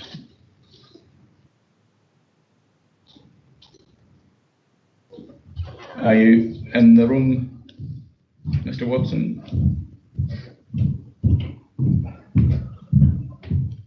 No? Director, I wonder if are you aware of? Oh, is a request to join them. I've just had an email, Chair, to suggest that they've lost power in Point and that Ian has obviously gone offline, but they must be back. I don't know if they've been repowered up. So I see on the list he says accepted to join the meeting. Perhaps since Ian is the main author and obviously responsible, if we maybe just move on to the next item and we'll see if we can pick up from Ian again. I don't know, was Ian going to take the next? He was, yeah. Yeah. Just move on. I think, yeah. I don't know whether we've got Scottish Fire and Rescue. Chair, we have item 7. I think the Chief Executive will give an update on that. Okay, right. Thank you very much. So, apologies for jumping about. We will see if we can get back to Ian Watson to take that report on the Strategic Housing Investment Plan. Meanwhile, invite the Chief Executive to come in on the item 7 on our agenda. Yes, Chairman, thank you for letting me in here. This matter forms an agenda item, but there is at this stage no report. As members are aware, Hebridean Housing Partnership let us know with not much notice of its proposals to change its rules to which would exclude Corla members from membership of the HHP board with effect from May 2022. Now, the reason this matter is urgent is that HHP has arranged a special general meeting for next Wednesday, which is the date of the Corla meeting. So we have to have a position in time for that meeting, and the committee will have to take powers. There is a considerable volume of work to be undertaken looking at the historical documents which established HHP way back in 2005-06, and HHP has been in touch with me with a proposal which they wish the Corla to look at. That came in on Friday. So I will write the report in consultation with the Director for Communities as quickly as I can, because we need to have a view, and that's a political matter as well as an organisational matter.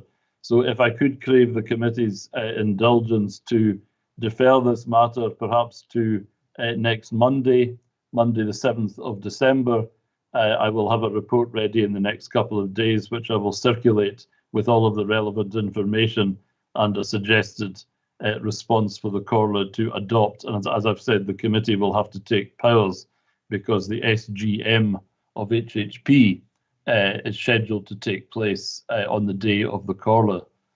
So it wouldn't be possible to have a decision approved through that body.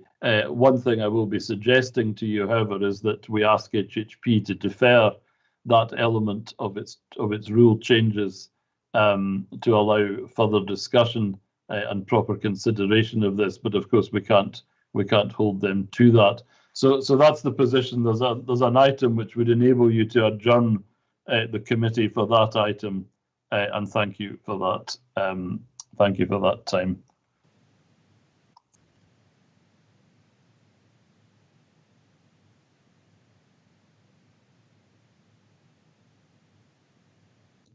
I think you're on mute, Chair. Apologies for that. Thank you very much, Chief Executive. I think it is, given the importance of this to the Corla, I think it is important that we have full consideration and a full report and all the latest information from yourself contained within that report. So I'm happy to consider, with the committee's agreement, that we not close the meeting of today and we continue it until a suitable time on Monday, in order that we can consider that, and at that point determine whether the committee takes powers to deal with that in advance of the full Corla. So, committee, are you content with that? Chairman. Councillor Crichton.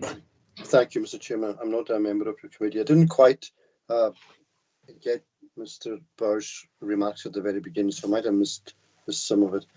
Just to ask, has HHP given reasons why they want to remove corner representation from their board?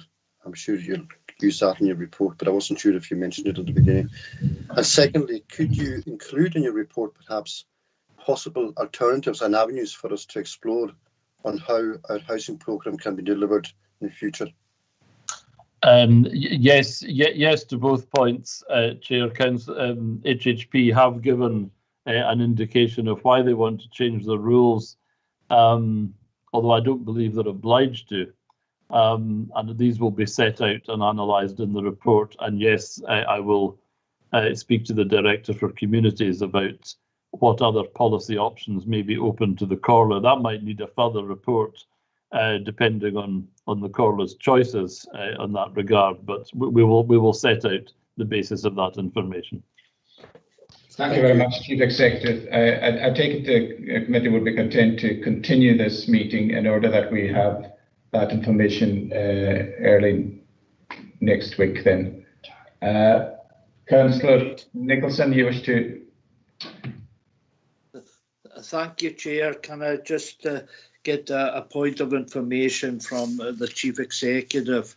Do they have the right, Mr. Burr, to do this decision, considering they're tied into Scottish Government and housing, along with ourselves as an authority? Thank you very much, Councillor Nicholson. Can I suggest respectfully that the report will come to us in full next week, and we perhaps would be better to await that, and any questions can be answered then in the context of that fuller information. So I think we'll do that. I think I'm just making a ruling that we'll continue the meeting in order to consider that item at a suitable time on Monday. I don't know if we have a time slot as yet, but that will be circulated. We'll communicate to that members immediately following the time immediately following the meeting. We'll just continue that item and determine whether the committee wishes to take powers at that time and any other relevant further report that will be required. So thank you. I will try to make the fastest.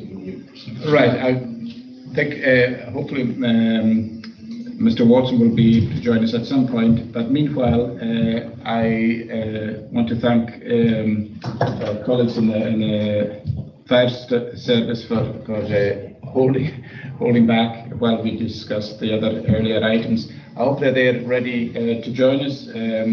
Welcome Group Manager Gavin Hammond and Area Manager Ian McLeod, two very familiar faces to the committee. Thank you for being with us today, and members will have the report before them in the agenda, and I think Gavin will speak to the report detailing the performance of Scottish Fire and Rescue Services in the Western Isles, and this is for the period of 1st July to 30th September 2020. Gavin, are you there? Chair, Councillors, ladies and gentlemen, good morning. Thank you very much for the opportunity to present the report. Hopefully you can hear me all clear without any too much background. As Chair, as you've rightly pointed out, the report that hopefully members have had sight of is for Q2. Notwithstanding, I'm acutely aware it's been some considerable time since we've had the time and opportunity to present performance reports for obvious challenging reasons that we're all acutely aware of. As per normal, if members are happy, rather than going through the finite detail of the report line by line, if I just highlight some areas that may be of more interest and focus for members, and then obviously invite the opportunity to take any questions. So if you've got the report in front of you, the first point of note that you'll be certainly interested in will be on page 3 around the local area plan review. That's the Scottish Fire and Rescue Service local area plan. Is under review and a refresh, and is currently awaiting internal approval, which would then obviously be shared with members appropriately. What it does do is, and what I was keen to do was for it to provide the opportunity for us to focus activity influenced by local drivers. So yes, very much the requirement to link our local fire service plan to our strategic priorities and objectives, but definitely give us some more time and opportunity to explore the local drivers within that. And I'm happy to update members on that as we progress through. Page 4, you'll note the performance chart in terms of the main priority areas for the Scottish Fire and Rescue Service, and very much linked to our strategic priorities. You'll note, point to note predominantly on that is the increase in accidental dwelling fires, an increase on the year-to-date figures, and is very much attributed to the fact that more people are staying at home, or were staying at home during this period due to the COVID lockdown, and has certainly presented on a national level some significant challenges to those that are certainly more vulnerable within the communities. In fact, importantly, and of note to members, nationally we saw upwards of nearly a 50% increase in fire deaths over the lockdown period, predominantly sort of from March through to September, and again that's been attributed to some of the challenges around the COVID lockdown. Also on that chart, the unwanted fire alarm signal figures you'll note are actually on a downward spiral. That's predominantly again once again attributed to the fact that many sort of business premises locally and nationally were not operating due to lockdown. So obviously, you know, either not operating or fewer people inside the buildings actually resulted in less unwanted fire alarm signals. Moving across to page 6, one of the jumps out at everybody, I would suspect, in terms of home fire safety visits, our community safety engagement primary role. Quarterly targets, members are sort of reminded, are around 75 per quarter. We have actually, as you'll note from the charts, 7 in total of the high risk home fire safety visits undertaken, and that was within the commentary within that as a direct result of actual physical visits from our community safety advocate for those identified as extremely vulnerable, and again due to the COVID lockdown requirements and our required operating ways of working, there were very limited physical visits. What we did as a service outside of that, because obviously we're aware of vulnerable members within our community, just to provide members with some reassurance, we did actually undertake over 120 phone contact consultations over that period to obviously provide the safety advice and reassurance for the quarter of those vulnerable people that are known to us and on our systems.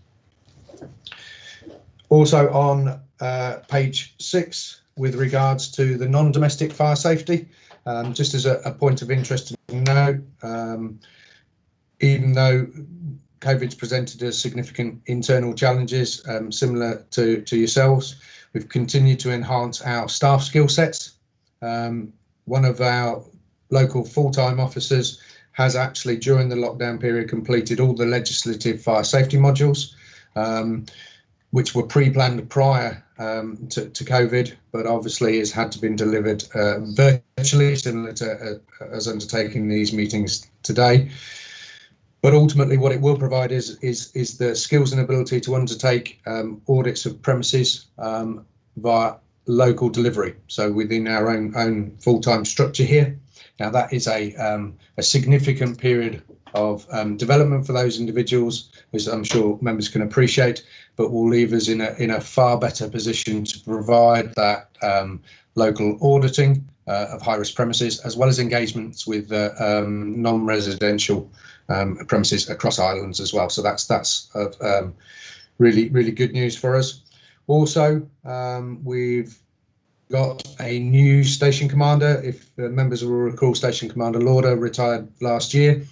There was a period of upwards of 6 months as individuals were required to have areas of development, but I'm pleased to say that we have a new station commander in post on island, and may well be familiar and known to members, Station Commander Ross McRae, who actually started his fire service career actually on the Isle of Lewis, and through obviously moved on to the whole-time service, has been promoted through posts, and I'm pleased to say that he's now in post as the station commander for Lewis and Harris, and is actually moved back to the islands with his partner. So that's really good news.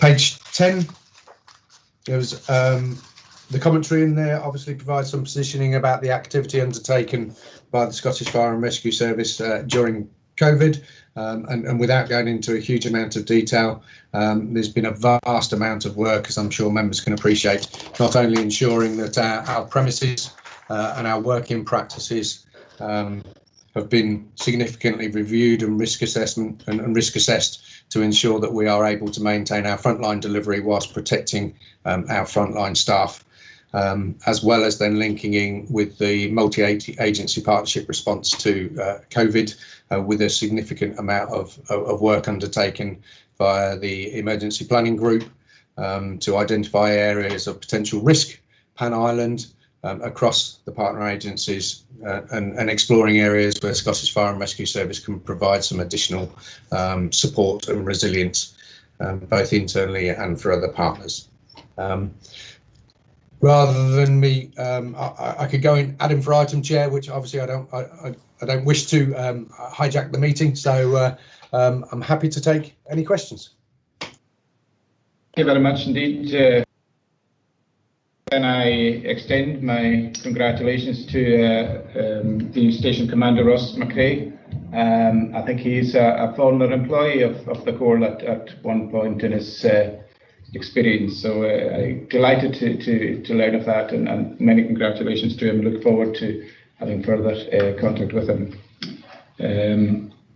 Now, the report, as I said, obviously during the COVID lockdown, some of the additional work and responsibilities that the service undertakes has been curtailed somewhat, and it's quite understandable that would be the case. Do members have any questions or comments on the report as it was presented by Gavin? Councillor Paul Steele. Thank you, Chair. Just want to ask Gavin about recruitment. I believe you've got some new recruits and training happening in the Western Isles. Could you give us a bit of detail about that? Gavin, do you want to respond? Thank you, Chair. Thank you, Councillor Steele. Yes, we have continued to work towards business critical and risk critical areas in terms of training, recruitment, succession planning, and competency training. We, during lockdown, because it's business critical, have continued to hold what we call pre-selection testing, which is in terms of what those that are interested in joining the service have to attend and pass in order for them to then progress on to the task and task management training. That has continued. Obviously, it's presented some challenges, and I'm pleased to say actually yesterday morning was the first day of the new recruits training, and it's being held in Stornoway.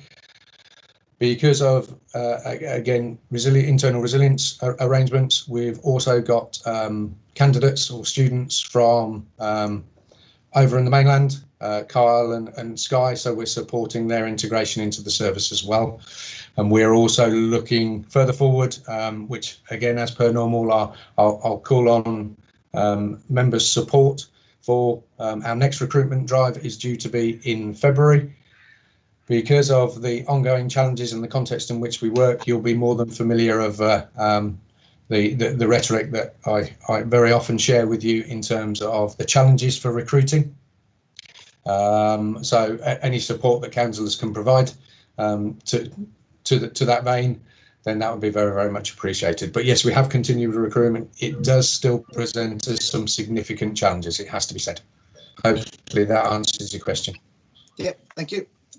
Thank you very much, Gavin. Yeah, I mean, we're always pleased to support the work of our partner organisation, Scottish Fire and Rescue Services, and I'm sure anything we can do to publicise and help highlight these opportunities, we will do so. And obviously at these meetings, it's another way of doing that and getting to a wider public. Thank you for that. Convener, do you want to come in? Thank you, Chair. And again, declaring an interest as being a member of the Scottish Fire and Rescue Service. Just following on from the point that Councillor Steele made in terms of recruitment, I think it is reassuring to see that there is going to be a recruitment drive starting in February.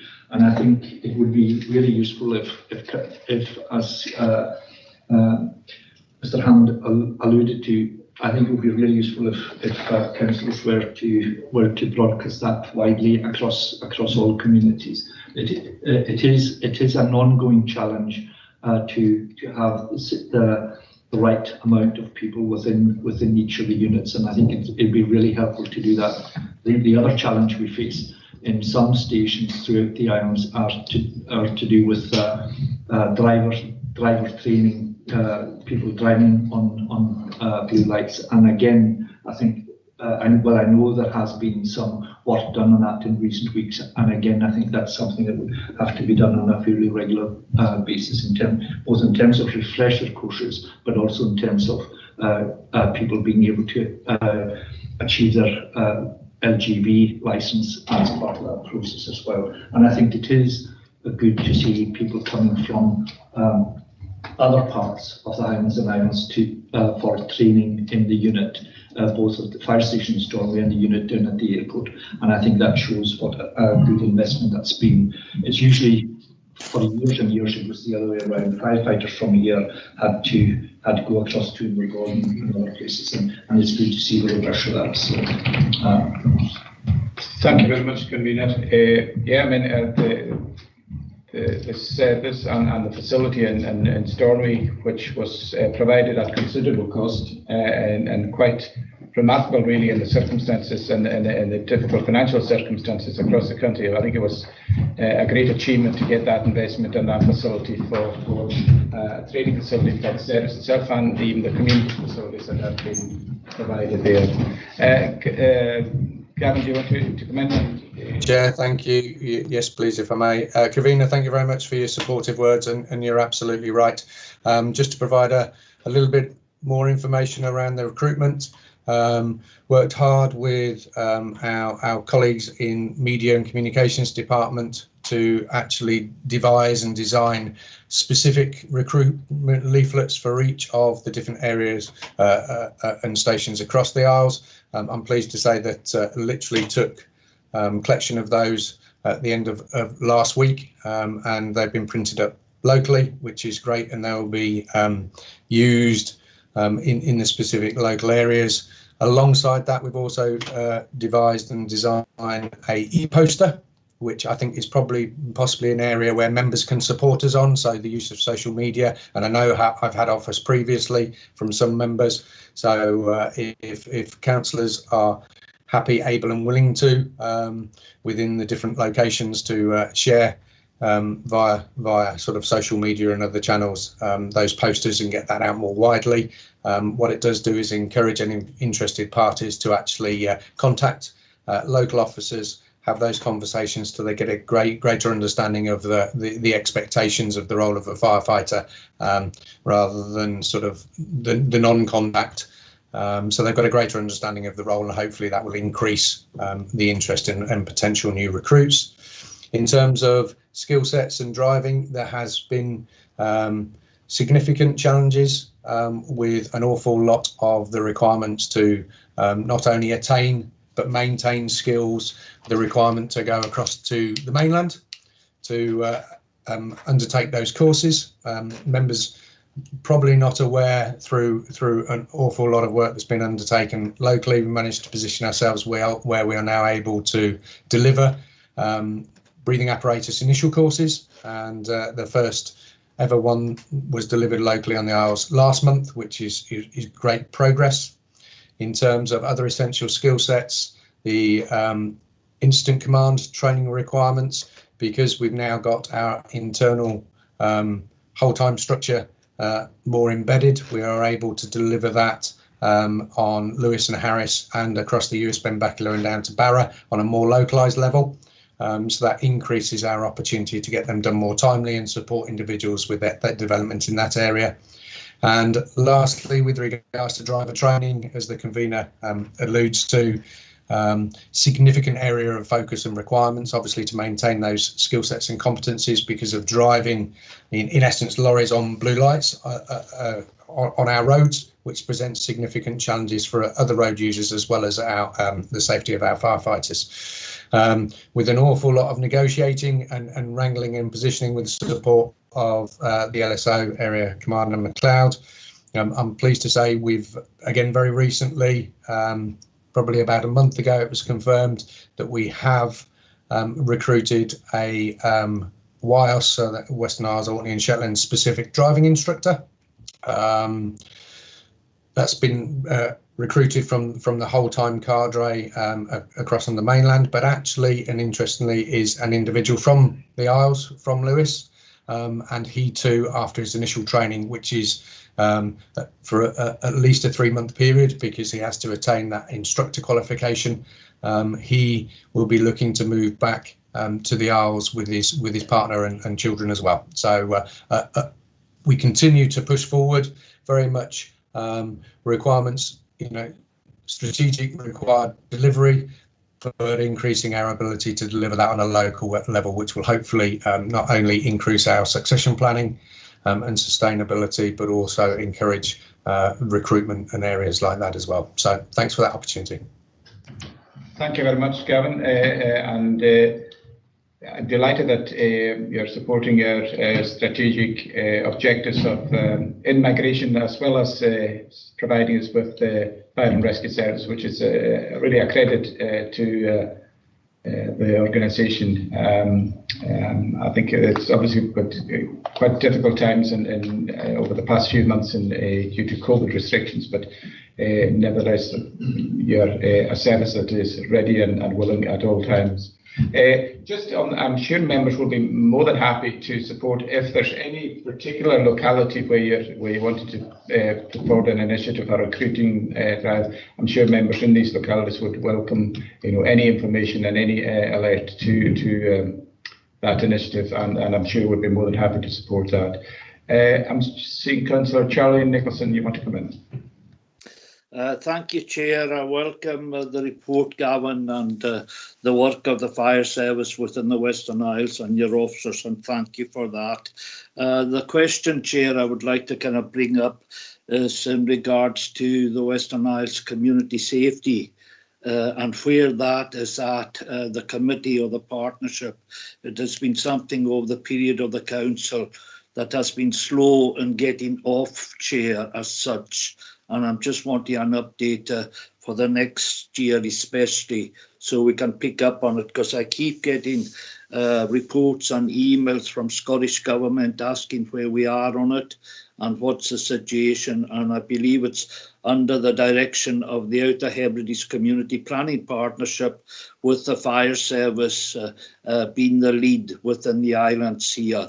And I know COVID kept it back quite a bit, but would like an update to where we are in regards to getting the partners together and getting the community safety partnership underway and engaging with Scottish Government.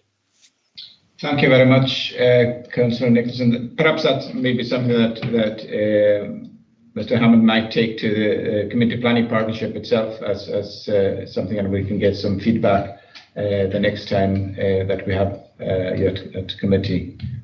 Do you want to make any further comment, Gavin? Chair, if I may, Councillor Nicholson, thank you very much for the question.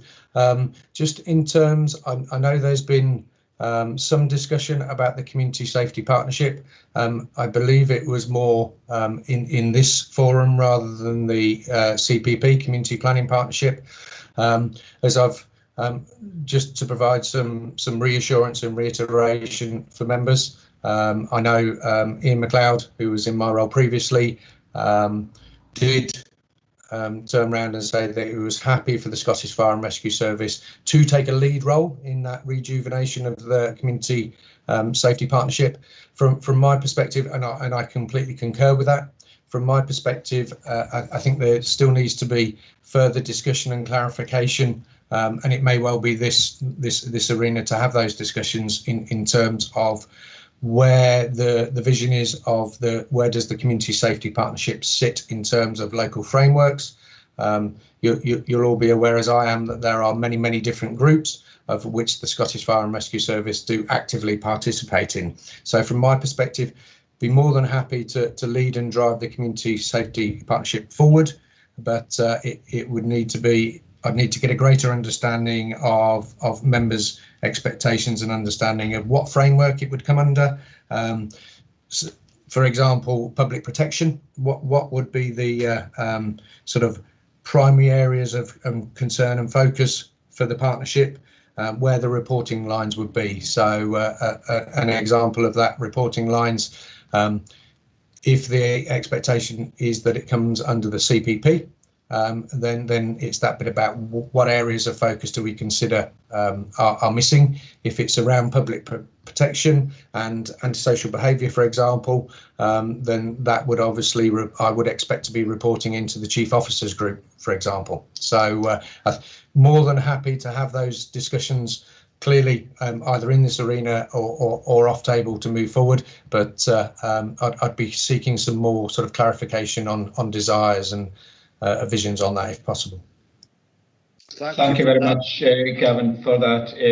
Maybe a hostage to fortune, but I think we welcome your willingness to take a lead role in that. And as you said, I think we got that from Ian McLeod previously as well, and quite understandably in the recent months it's been difficult to make progress on that. But I think we'd welcome further information on that at a future committee.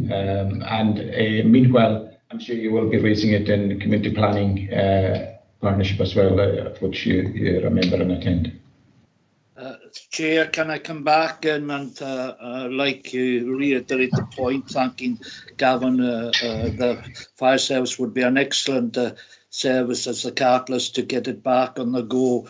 But to help Gavin along with the questions that he's put forward to us today, then if along with the director and Frank Crichton, there is already a plan made up for the Western Isles under the old Community Safety Partnership. It was in conjunction with the RNLI, with the World Health Organization, with Scottish Government, etc. So we have a kind of draft plan made up that covers water safety to hill safety to winter safety, etc. So that sort of information, I'm sure, would be helpful to Gavin in trying to formulate a policy for the next 2 or 3 years and working with Scottish Government. But it's from the point of view of the Scottish Parliament, who have been in contact and have brought it up with yourself, Chair, and with the Director over the last kind of couple of years. They're just wondering where we are, because we're not engaging in the different meetings that are going on at national level under the Scottish Government Community Safety Partnership, which was very helpful in regards to resources and that. But as I say, Chair, Mr. Frank Crichton would be the person to speak to. He's very clear about it and was a really experienced officer, excellent officer, working with 27 partners and taking that issue forward. And I'm sure that would be helpful to Gavin to take it forward. Thank you very much, Councillor Nicholson.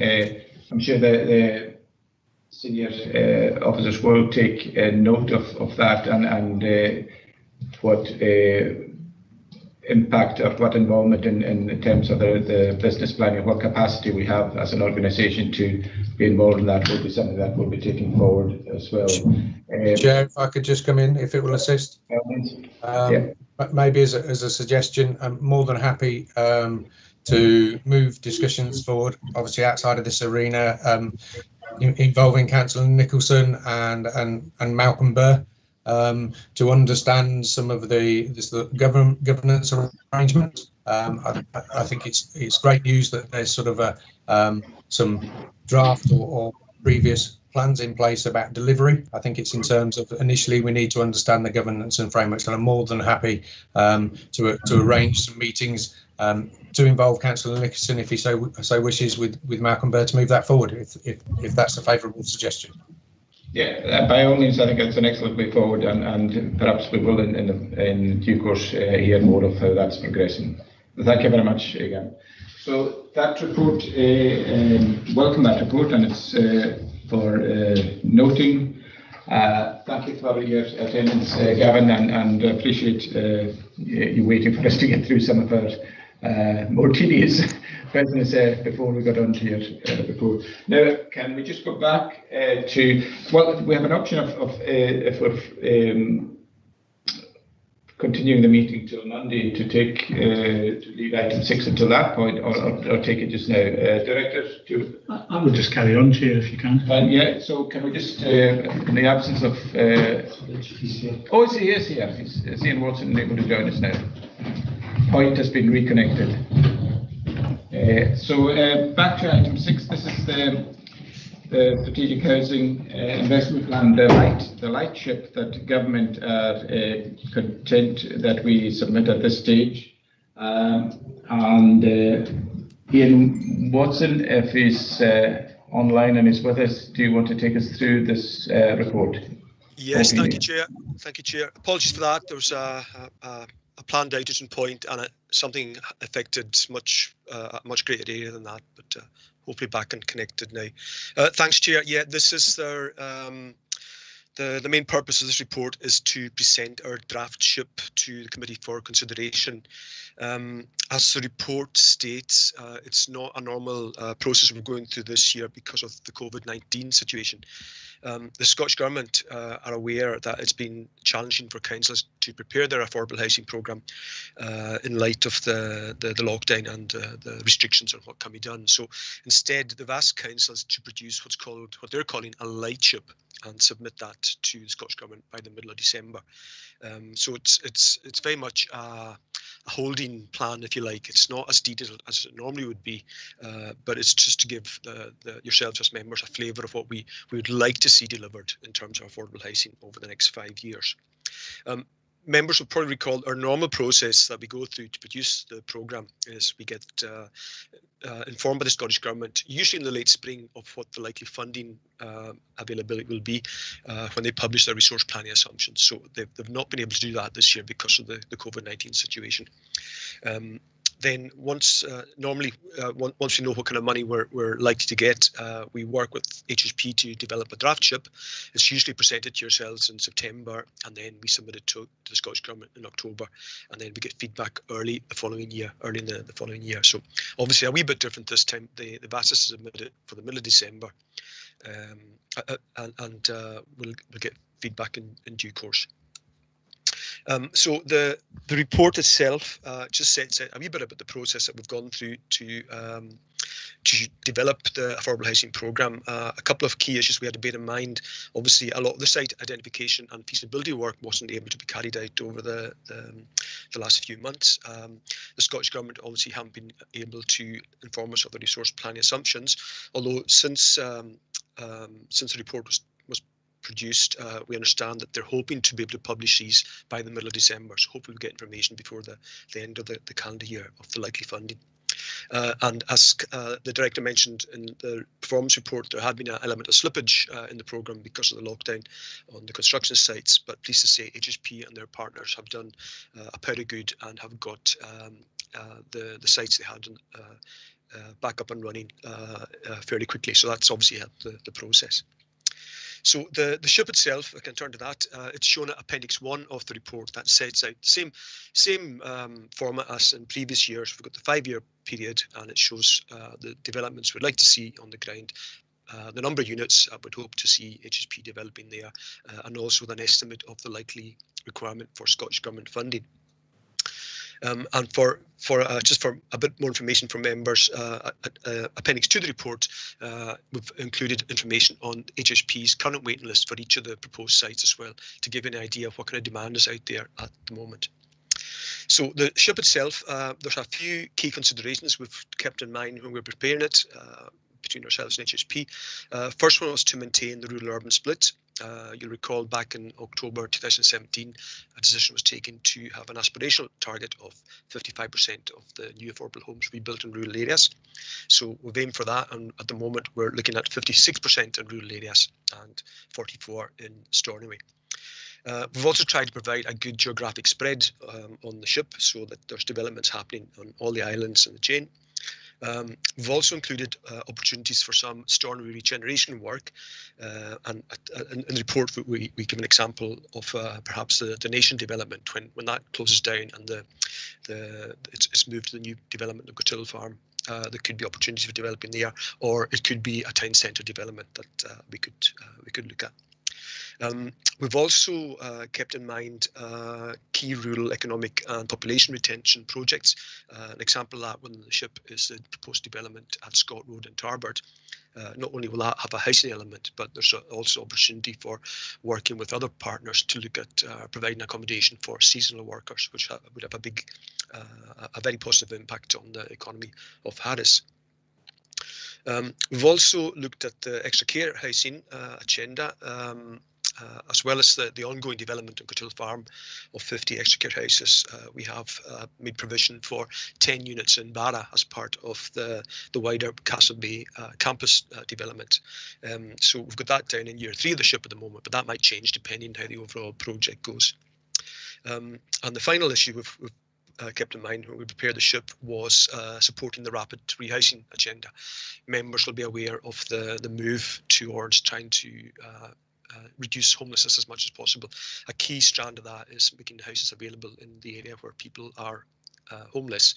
So that would obviously mean housing in Stornoway being used to try and help people move into their own tenancies sooner rather than later. So like I said, the proposed SHIP is set out in Appendix 1 of the report.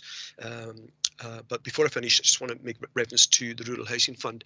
As part of the work that we do, we have to notify the Scottish Government of the likely Rural Housing Fund submissions are going to be coming forward from the island. So at the moment, TIG are working on 3 for that particular scheme. There's one in Stornoway for 4 units, one in Lochmarlie for 6 units, which will be in partnership with a larger HHP development, and extra works that the developer themselves are doing in the old Lochmarlie Hospital. And TIG are also looking at 2 further units in Point. So these will hopefully be progressing next year as well, in parallel to the mainstream affordable housing programme. And also just to make members aware that the Scottish Government have only just recently announced that the Rural and Islands Housing Fund will be continuing for another 3 years, which is really good news. It had been due to finish in the spring of next year, but it's good news to hear it's being extended for a further 3 years. And there will be £30 million made available for that. So again, we'll be encouraging TIG and other local organisations to put bids in for that. So like I was saying, Appendix 1 sets out the proposed SHIP. It's looking at 226 new units and a requirement of just over £31 million of Scottish Government funding over the next 5 years. We'll get a better idea, hopefully, in the middle of the month, what the likely funding is going to be. So at the moment, we're not quite sure if the Scottish Government will want us to revisit the SHIP early in the new year when the funding levels are available, or it will just be rolled forward into part of the normal annual SHIP development process. But we'll find out and report back in due course. The final thing to say was the report's been considered by the Communities and Housing MAG last week, and so a good debate took place then. So happy to get any questions members might have about the proposed SHIP for the next 5 years. Thank you, Chair. Thank you very much indeed, Mr. Orton. Certainly welcome the Rural and Islands Housing Fund being continued for a further 3 years. There was, as you said, there was a good discussion on it at the member officer working group, and also made quite a bit of reference to at that forum to the involvement of the youth housing group, which I can't quite remember the name, but and also the meeting with the young people from youth. There has been quite a bit of quite good, encouraging press on that over the past while, and it's certainly good to see. And I think getting an audience with the housing minister was quite an achievement as well for people in used for that. It is, as I said, necessarily electric. We don't have the full resource planning information as to how much we're going to have over the piece, but there is a substantial amount of development work outlined in the SHIP as it's presented to us here, and it will be, along with all the other work that's projected over the next 2-3 years, major capital works. I'm sure it will be both a challenge and an opportunity for the local construction sector to get involved in as well. I see Councillor Nicholson, you want to come in? Thank you, Chair, and like the rest of the members, welcome this excellent report put forward by Mr. Watson, staff and partners.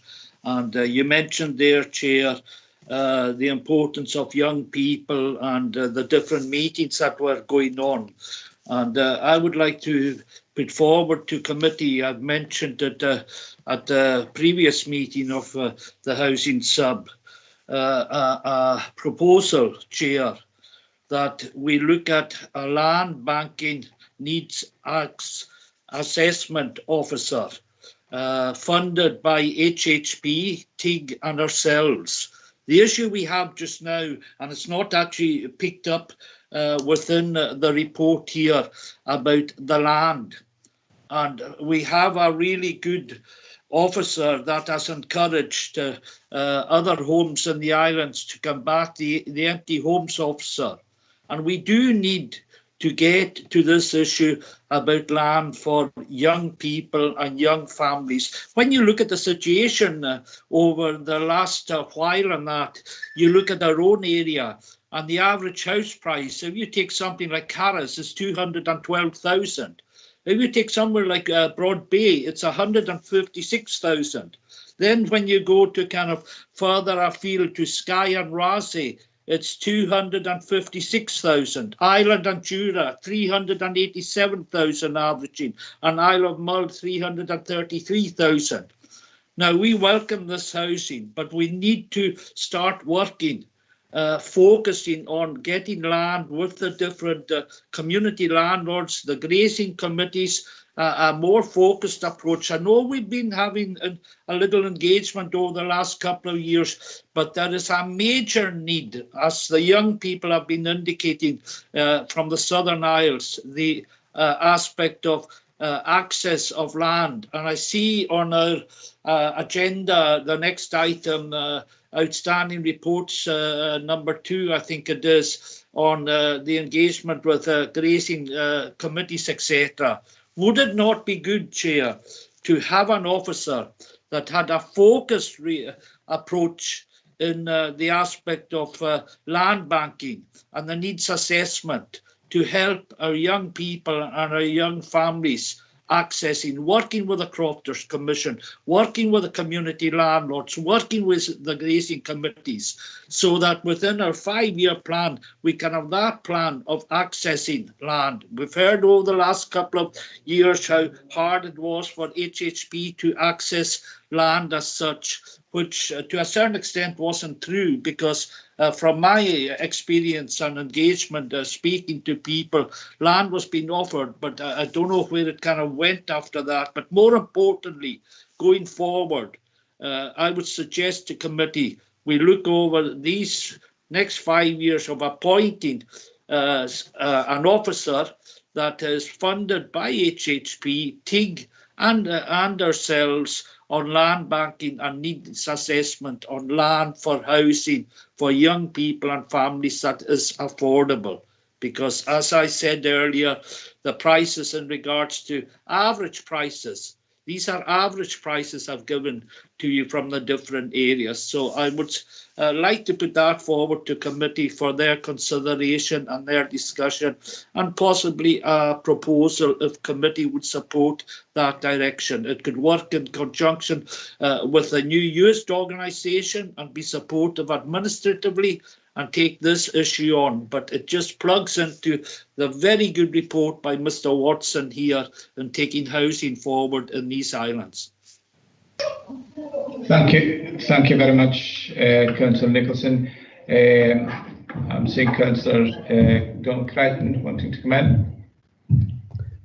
Thank you, Chairman. I'm not a member of your committee, and I welcome the report and the significant investment that's been brought forward.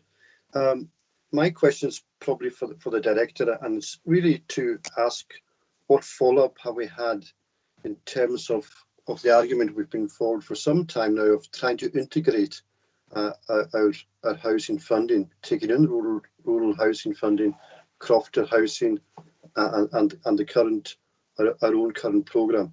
What progress are we making in trying to focus more sharply on how we can deliver our housing programme to be more inclusive, and indeed to touch on what Mr. Nicholson has said about accessing land and crofting land to build more houses. I think we received some encouraging noises from the government, from Mr. Kevin Stewart, when we raised this with him previously. So I'm just wondering how we're going to pursue this further, so we have a more sharply focused policy and more inclusive, taking into account all the housing needs across the islands. Thank you. Thank you very much indeed, Councillor Crichton. I wonder if I could ask the Director if he wants to make any comment on that. Thanks, Chair. There has been progress, but I think the progress is limited. I think the government now recognise the point and the case that the Cornlia is making about all the various housing silos being a bit more integrated, and for one cohesive approach to be taken across these various different silos.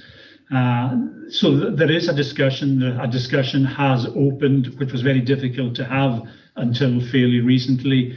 The Housing Minister has indicated that he is interested to hear thoughts and ideas. So we're engaging with his staff in More Houses Division just to explore some ideas around that. So progress is slow, but at least the government is now listening to ideas, and there seems to be a willingness to engage with ideas there, which I don't think was there in the past. So some progress, but limited, but I would hope we see further progress over the coming months.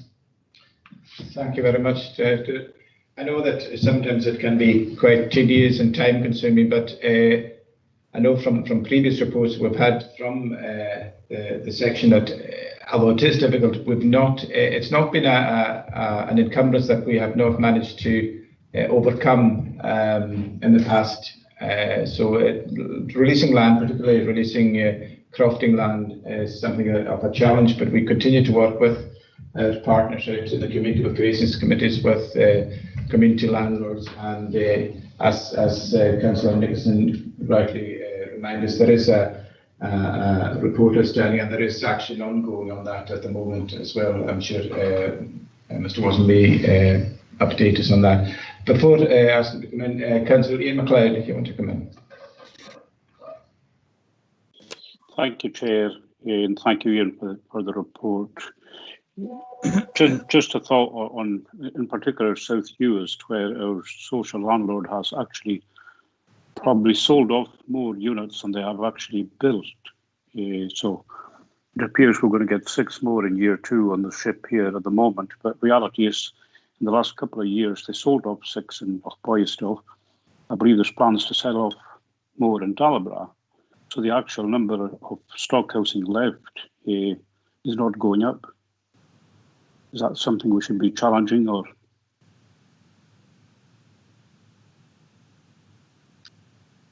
For that comment, I don't know if Mr. Watson, do you want to have you any information on that? Thanks, Chair. Yeah, that's a really good point. I think one of the real good opportunities we have now is with the forthcoming appointment of the Uist Housing Development Officer as well. I think that'll be a very positive step in raising or increasing the knowledge of the housing situation in Uist, in terms of not just in terms of housing need, but also in land availability as well. So I think that'll have a very positive impact on the future supply of housing in Uist, and hopefully that will make up for any changes in HSP stock through disposals that they're talking about just now. But like I was saying, the ship is very much a rough guesstimate, if you like, of what we'd like to see. It's really just to demonstrate to the Scottish Government as well that we have a potential programme that we could present to them to show that there would be development happening throughout the islands, and hopefully that will be reinforced as we work through the normal process of identifying land and discussing that with HSP. So hopefully that will make up for any reduction in HSP's existing stock through the development of new new affordable units. So hopefully that answers your question, Councillor MacLeod. Thank you very much, Mr. Watson. Of course, the projections that we've got before us in this lightship do reflect the fact that land is in fact being sought and being banked for these future developments. But of course, we can always do more, and I think particularly in rural communities where the smaller number of developed units are desirable rather than the larger ones. There's always been a challenge here of the unit cost, but nevertheless, I think committee has always been encouraging this the housing section and HMGB to be looking at these smaller development units in rural areas if we're going to support these communities that are struggling with housing for young people. I think it's important that we do promote and encourage mixed housing in all of these communities, including supporting with the work of other committees, the Crofter Housing Scheme as well. I'm seeing Councillor Norrie MacDonald ski the roll. Thanks again, Chair. I'm not a member of your committee. Can I ask if there's any kind of forum being investigated? I see we've talked about this before when it comes to the situation with housing for young couples and people wanting to move back to the islands. Obviously, there are huge cost implications now with the price of housing increasing all over, particularly in the more desirable rural localities. I saw our MSP put something on Facebook the other day about this particular crisis, as if to say, crisis, there it is, who's going to do something about it? You know, ignoring the fact that, you know, he's a member of the Scottish Government. Are we providing any kind of forum? Are we investigating the possibility of any kind of forum between ourselves, the Crofting Commission, the trusts, the various local landlords, Scottish Government, HIE, everybody? Or is it some kind of Mexican standoff where we all look at the problem and say, yeah, there's a problem. Who's going to do something about it? Because currently I don't see, and I may be naive here, but maybe Colomina or yourself can tell me, are we pushing to get some kind of sit around the table, thrash out of what's going on, and if there is something that can be done about it? Or as I said, is it some kind of Mexican standoff where we all just stand there looking at the problem and wondering who's going to do something about it?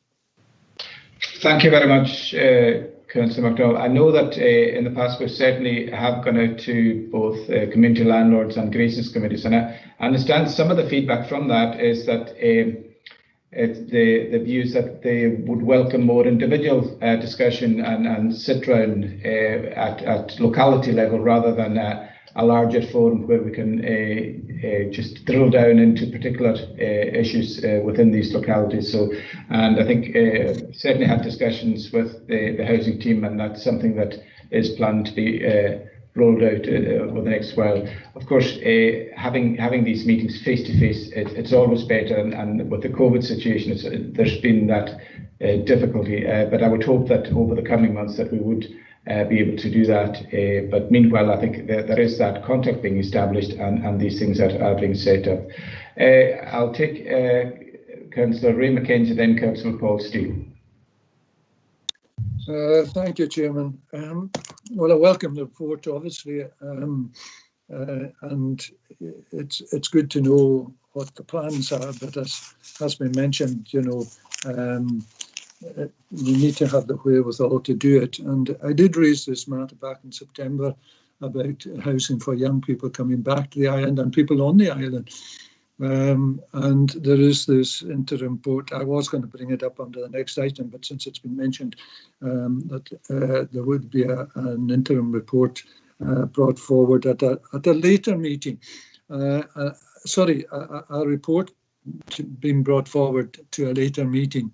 But could we have an interim report? Because I wouldn't like to see this report coming before us and sometime in the future, you know, and if we could at least have an interim report on the situation regarding, you know, current talks with grazing committees, which was discussed at the last in September, and you know, not let the thing drag on too much and to keep the pressure on. Thank you. Thank you very much, Councillor McKenzie. I know it's not been for lack of desire to get these things going, but the reality is that COVID has had a curtailing effect on some of these activities. I am certainly keen that we progress these discussions, and I think the feedback, as I said, from a number of areas was that they would prefer to have more specific locality discussions with Graysons committees and community landlords from a particular part of the islands, and I'm quite happy to participate in that, and subject to officer time availability, that is something that we would wish to develop further, as hopefully as we move into next year that the restrictions will become less, and that we're able to meet in face-to-face with these community organisations. Councillor Paul Steele and then Councillor Gordon Bye. Thank you, Chair. Just kind of picking up on Councillor MacLeod's point about the investment in US. I mean, it's good to hear that there's definitely recognition that there are issues in providing housing in rural areas, and US especially. I mean, his point about HHP, I believe it's 9 houses that they're planning on selling or sold or planning on selling, and building 5. So it's quite difficult when you're trying to provide extra housing for people when there's actually housing being taken away and we're being left with less than we had before. So my point, I think I raised at the MAUG in terms of developments that are already in place or ones that have been planned. The Hagmore one, for example, where there's land available. It's in theory it's land banked because it's there. It's owned by HHP, and it may be part of a phased process, but it might be something that we should be incorporating into the SHIP going forward. That there's we know that these are the places that we could build, and also we know how many we could build. One of the points I wanted to raise was Ian mentioned that the figures are a guesstimate, and they're like a reasonable estimation of what we're planning and hoping to do.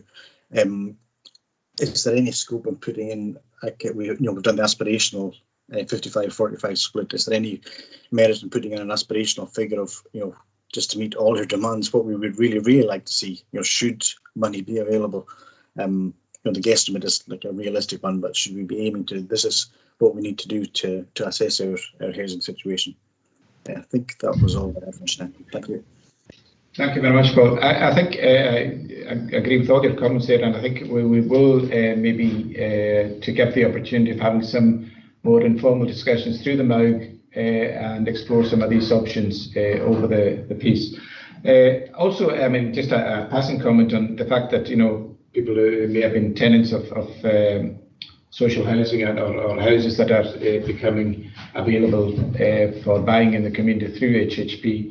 I mean, that's something in many ways to be welcomed if people are able to have a heritable asset themselves and a permanent home. We don't tend to get movement within the housing stock in the way that perhaps they get on the mainland. But I think, yes, I mean, the fact that we want to see a net plus number of houses available for rent or for shared equity or any of the other schemes, and developing these options, and particularly in the rural areas, is something that we want to be focusing on. I think all would agree on that. Councillor Charlie Nicholson. Thank you, Chair. I would wish to put forward a proposal to committee after the discussion of other members in regards to the excellent report put forward by Mr. Watson and the department and team. Councillor Nicholson, I think I would caution at this time committing ourselves to additional cost where all along in the committee today we're talking about some substantial savings that still have to be found in budget. I applaud and agree with your desire to have more land becoming available. Whether that objective can be achieved in some other way, I think I would want to explore the most cost-effective way of doing that and driving that forward before we would commit to additional costs. But what your objective is laudable, and I think I would absolutely agree with it. But I think I would want to see what other ways we could achieve these ends other than increasing our costs, as there would obviously be a cost increase in that. But I welcome and agree with your sentiment and the objective that you're setting. Councillor Murray. Chair, can I come back please on that? Because I take on board what you've said there as such. And Councillor Norman MacDonald, Skiraroo, made a very important point on the basis of where we're at and where we're going with this. And We're not only talking COVID, we're talking the last 5 years, folks, about the issue of land and accessibility of land. And there are 1 or 2 good schemes out there that are ongoing by grazing committees. And I take on board, Chair, your point about the importance of locality and that, but there can be locality and there can be forum group in regards to this. And I also take on board the financial pressures that we're under. And I would be putting forward that the proposal, the motion to committee, we investigate the appointment of a land banking assessment needs officer funded by HHP, Tai Ishnagal and the council for the 5-year SHIP. Because you said something interesting just a wee while ago, Chair. You said you were very happy to go out and engage with people. Yeah, excellent. And I would support that. But you said something, if officer time is available. Our officers are under a lot of pressure, etc., in the existing workload that they have. This land, dealing with Crofters Commission, dealing with a forum group, dealing with locality groups, etc. It's actually a form of community development. And when you look at what's working in Carloway or Ness or North Uist or South Uist or Barra, it's when there is a worker focusing in on different issues, whether it's youth or community or land or whatever. We need, in my opinion, an officer that will focus in, that will work on the locality, that will work on the forum, as Councillor MacDonald kind of indicated earlier on, to take this forward and work with partners. Otherwise, we'll be back here in 2 years' time in the same situation, and the prices for the houses in our islands and other islands would have gone up 10, 20,000. It is urgent. That's why they used young people. They made it a key point about accessing land. They are an example to us in the way as members and that. The real problem that young people have in accessing land in Uist and Barra and Lewis and Harris, and it needs, in my view, a full-time officer to be focusing and working with the different groups that are out there. Can I finish on this point?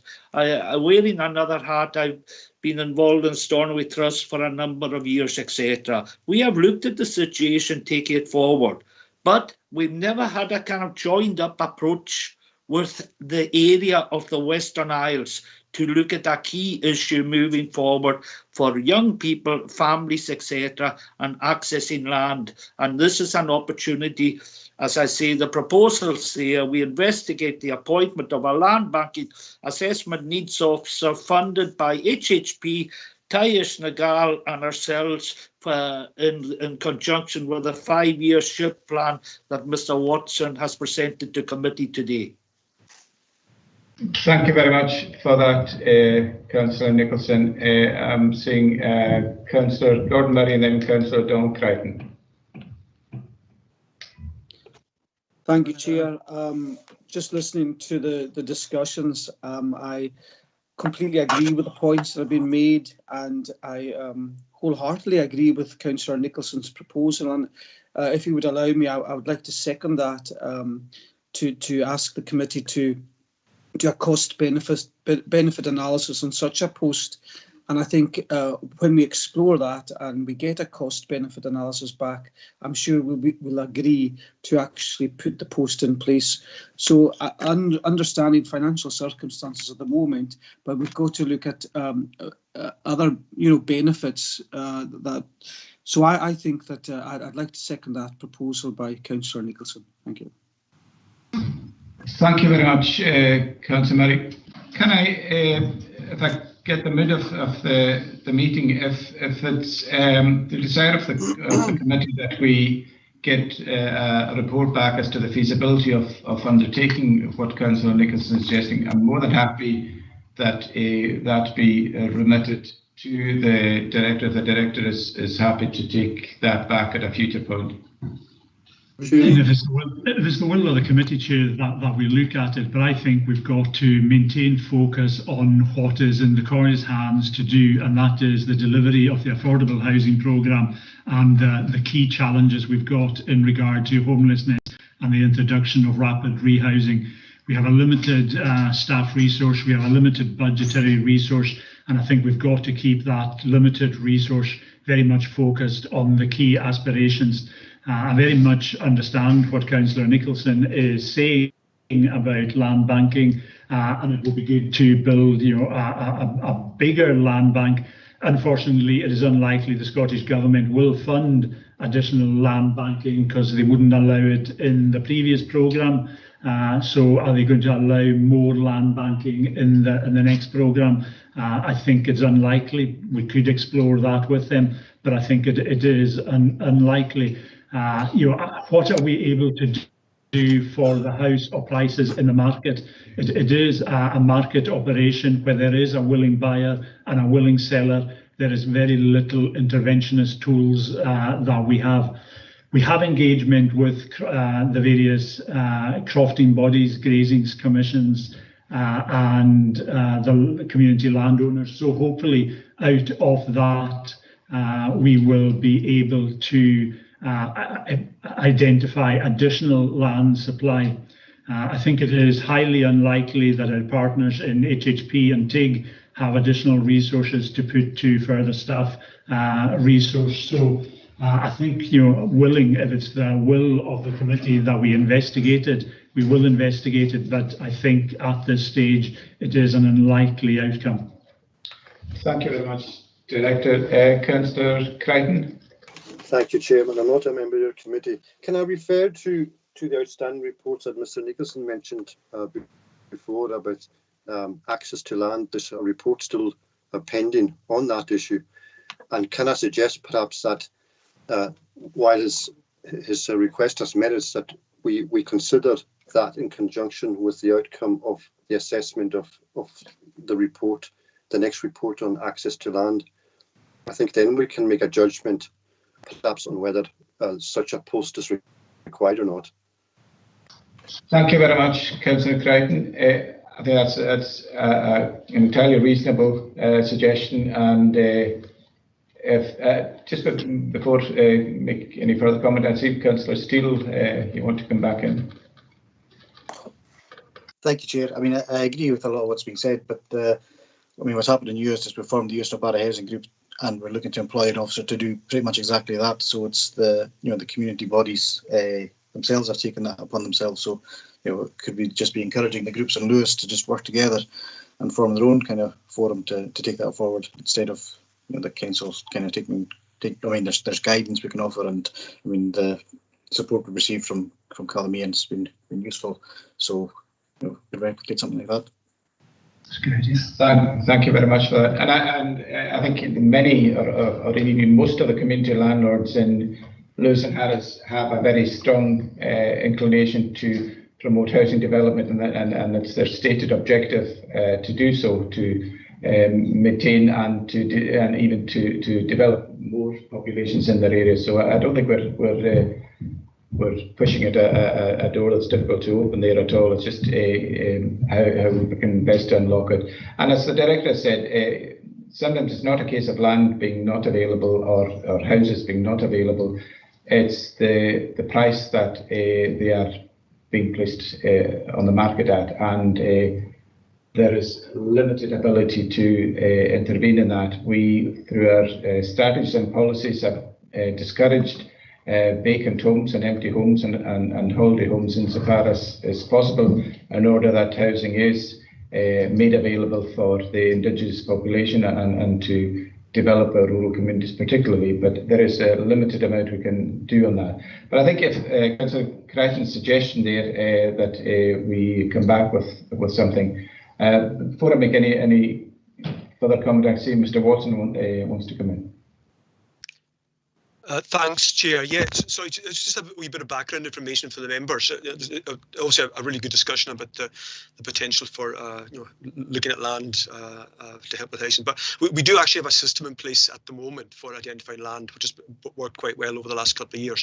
You might recall when the Scottish Government announced the 25 million RPA about 3 years ago. At that time, there was a limited amount of awareness of what land was available out there. So we set up a system with HSP to try and identify that, and that's been sort of the main way we do that. We've taken over sort of the responsibility for that. We're the council act as the lead for that, but in partnership with HSP and with TEAG, and our housing development officer actually takes a significant bit of our work dealing with that. So that's sort of the kind of work we've done when we engaged previously with the Graces committees, and also had the call for sites a couple of years ago, and that has led to a lot of the feasibility work that we've done over the last couple of years. And some of the sites that we have under construction at the moment have come through that route. So we've got a system in place at the moment where you've got a member of staff from the housing team working pretty much, I'm sure it's over half 50% of our time on land and land identification and feasibility studies. And there's also a colleague from the planning team that works with on the other side of the land coin, if you like, looking at the housing land audit. And again, a fair bit of our time is taken up in producing that particular bit of work for the planning process. So at the moment, we do have a decent system for identifying land.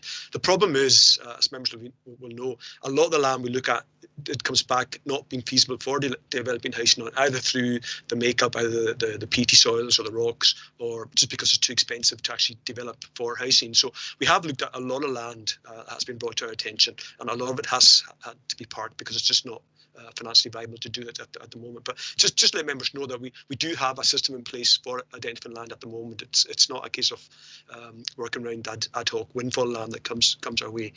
We do have a process in place for doing that. Thank you very much, Mr. Watson. I don't know if Councillor Crichton, are you wanting to come in, or is your hand just in mid-air from the last time? Apologies, it's just hanging there. Sorry. Right. Thank you very much. Well, I think with your agreement, committee, the director has indicated that perhaps we could look in that suggestion as part of the feedback report that's still outstanding, and specifically with the objectives of releasing more land, whether an officer, a specific officer recruited for that purpose, or some other means of achieving that.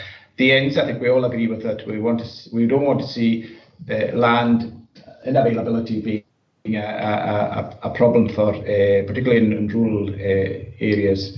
And if there's any way of tackling that, and if an additional officer is something that is thought necessary to drive that forward and is affordable, then I think by all means we can look at that. But I think we need to get some feedback on that, how best to achieve these objectives, and I think if we combine that to the outstanding report that's still to come back to committee, perhaps that is the best way forward on that at the moment.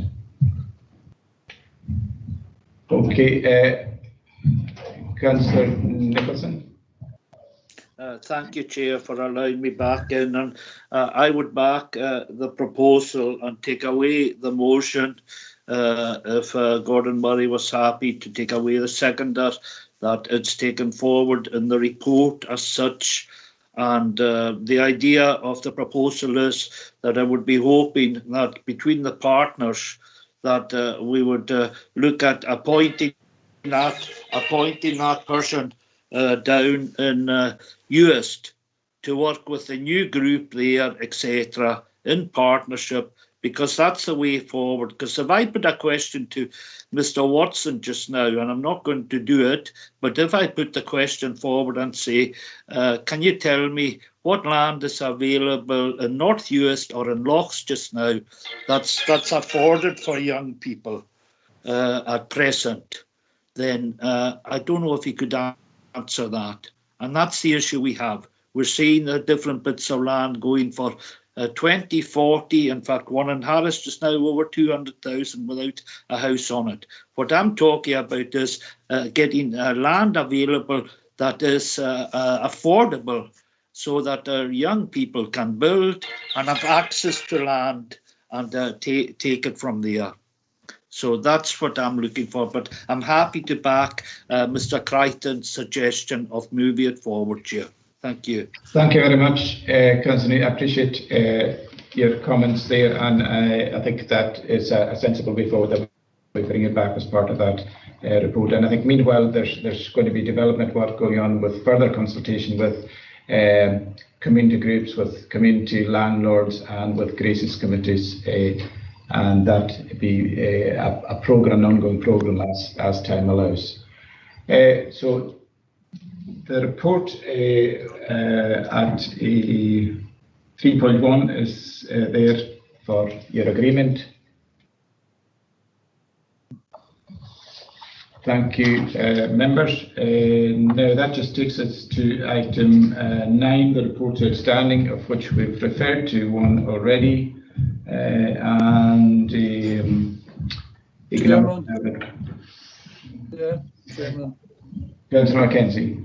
Yeah, well, as I said at the beginning of the last discussion, I was going to bring this matter up, and I think that's been adequately dealt with. But number one is the town centre buildings report.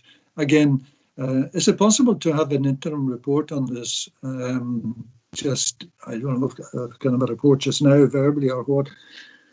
But I appreciate, with the COVID and that, and I've got something stuck in my throat. I hopefully don't have COVID, so excuse me.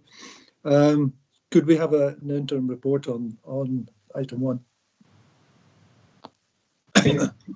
Thank you very much, Councillor Mackenzie. I mean, the report is outstanding and is expected to come back to a future committee. Director. Yeah, we're happy to bring back an interim report, Chair. Okay, job done. Thank you very much for that. Now, thank you. Normally we would close the meeting at this stage, but as we indicated earlier, the item on HHP board membership, because of new information emerging and some further information required, I propose to continue this meeting until Monday, adjourn the meeting until Monday, at which time we'll be able to get a full and comprehensive report from the Chief Executive in order to consider a response to the reported actions of HHP in the way they're going to select their board members for their board. So that will be notified to us. Chair, I'll notify members immediately following the meeting, and the team's invite will go out. Thank you very much, Mr. Mackay. So we're just adjourning this meeting and till Monday, and you will be notified as soon as possible of a time and the links to come into that meeting. Thank you very much for your attendance, for your contribution today, and hopefully we will see you on Monday for that agenda item. Thank you. Thank you, Chair. Thank you, Chair.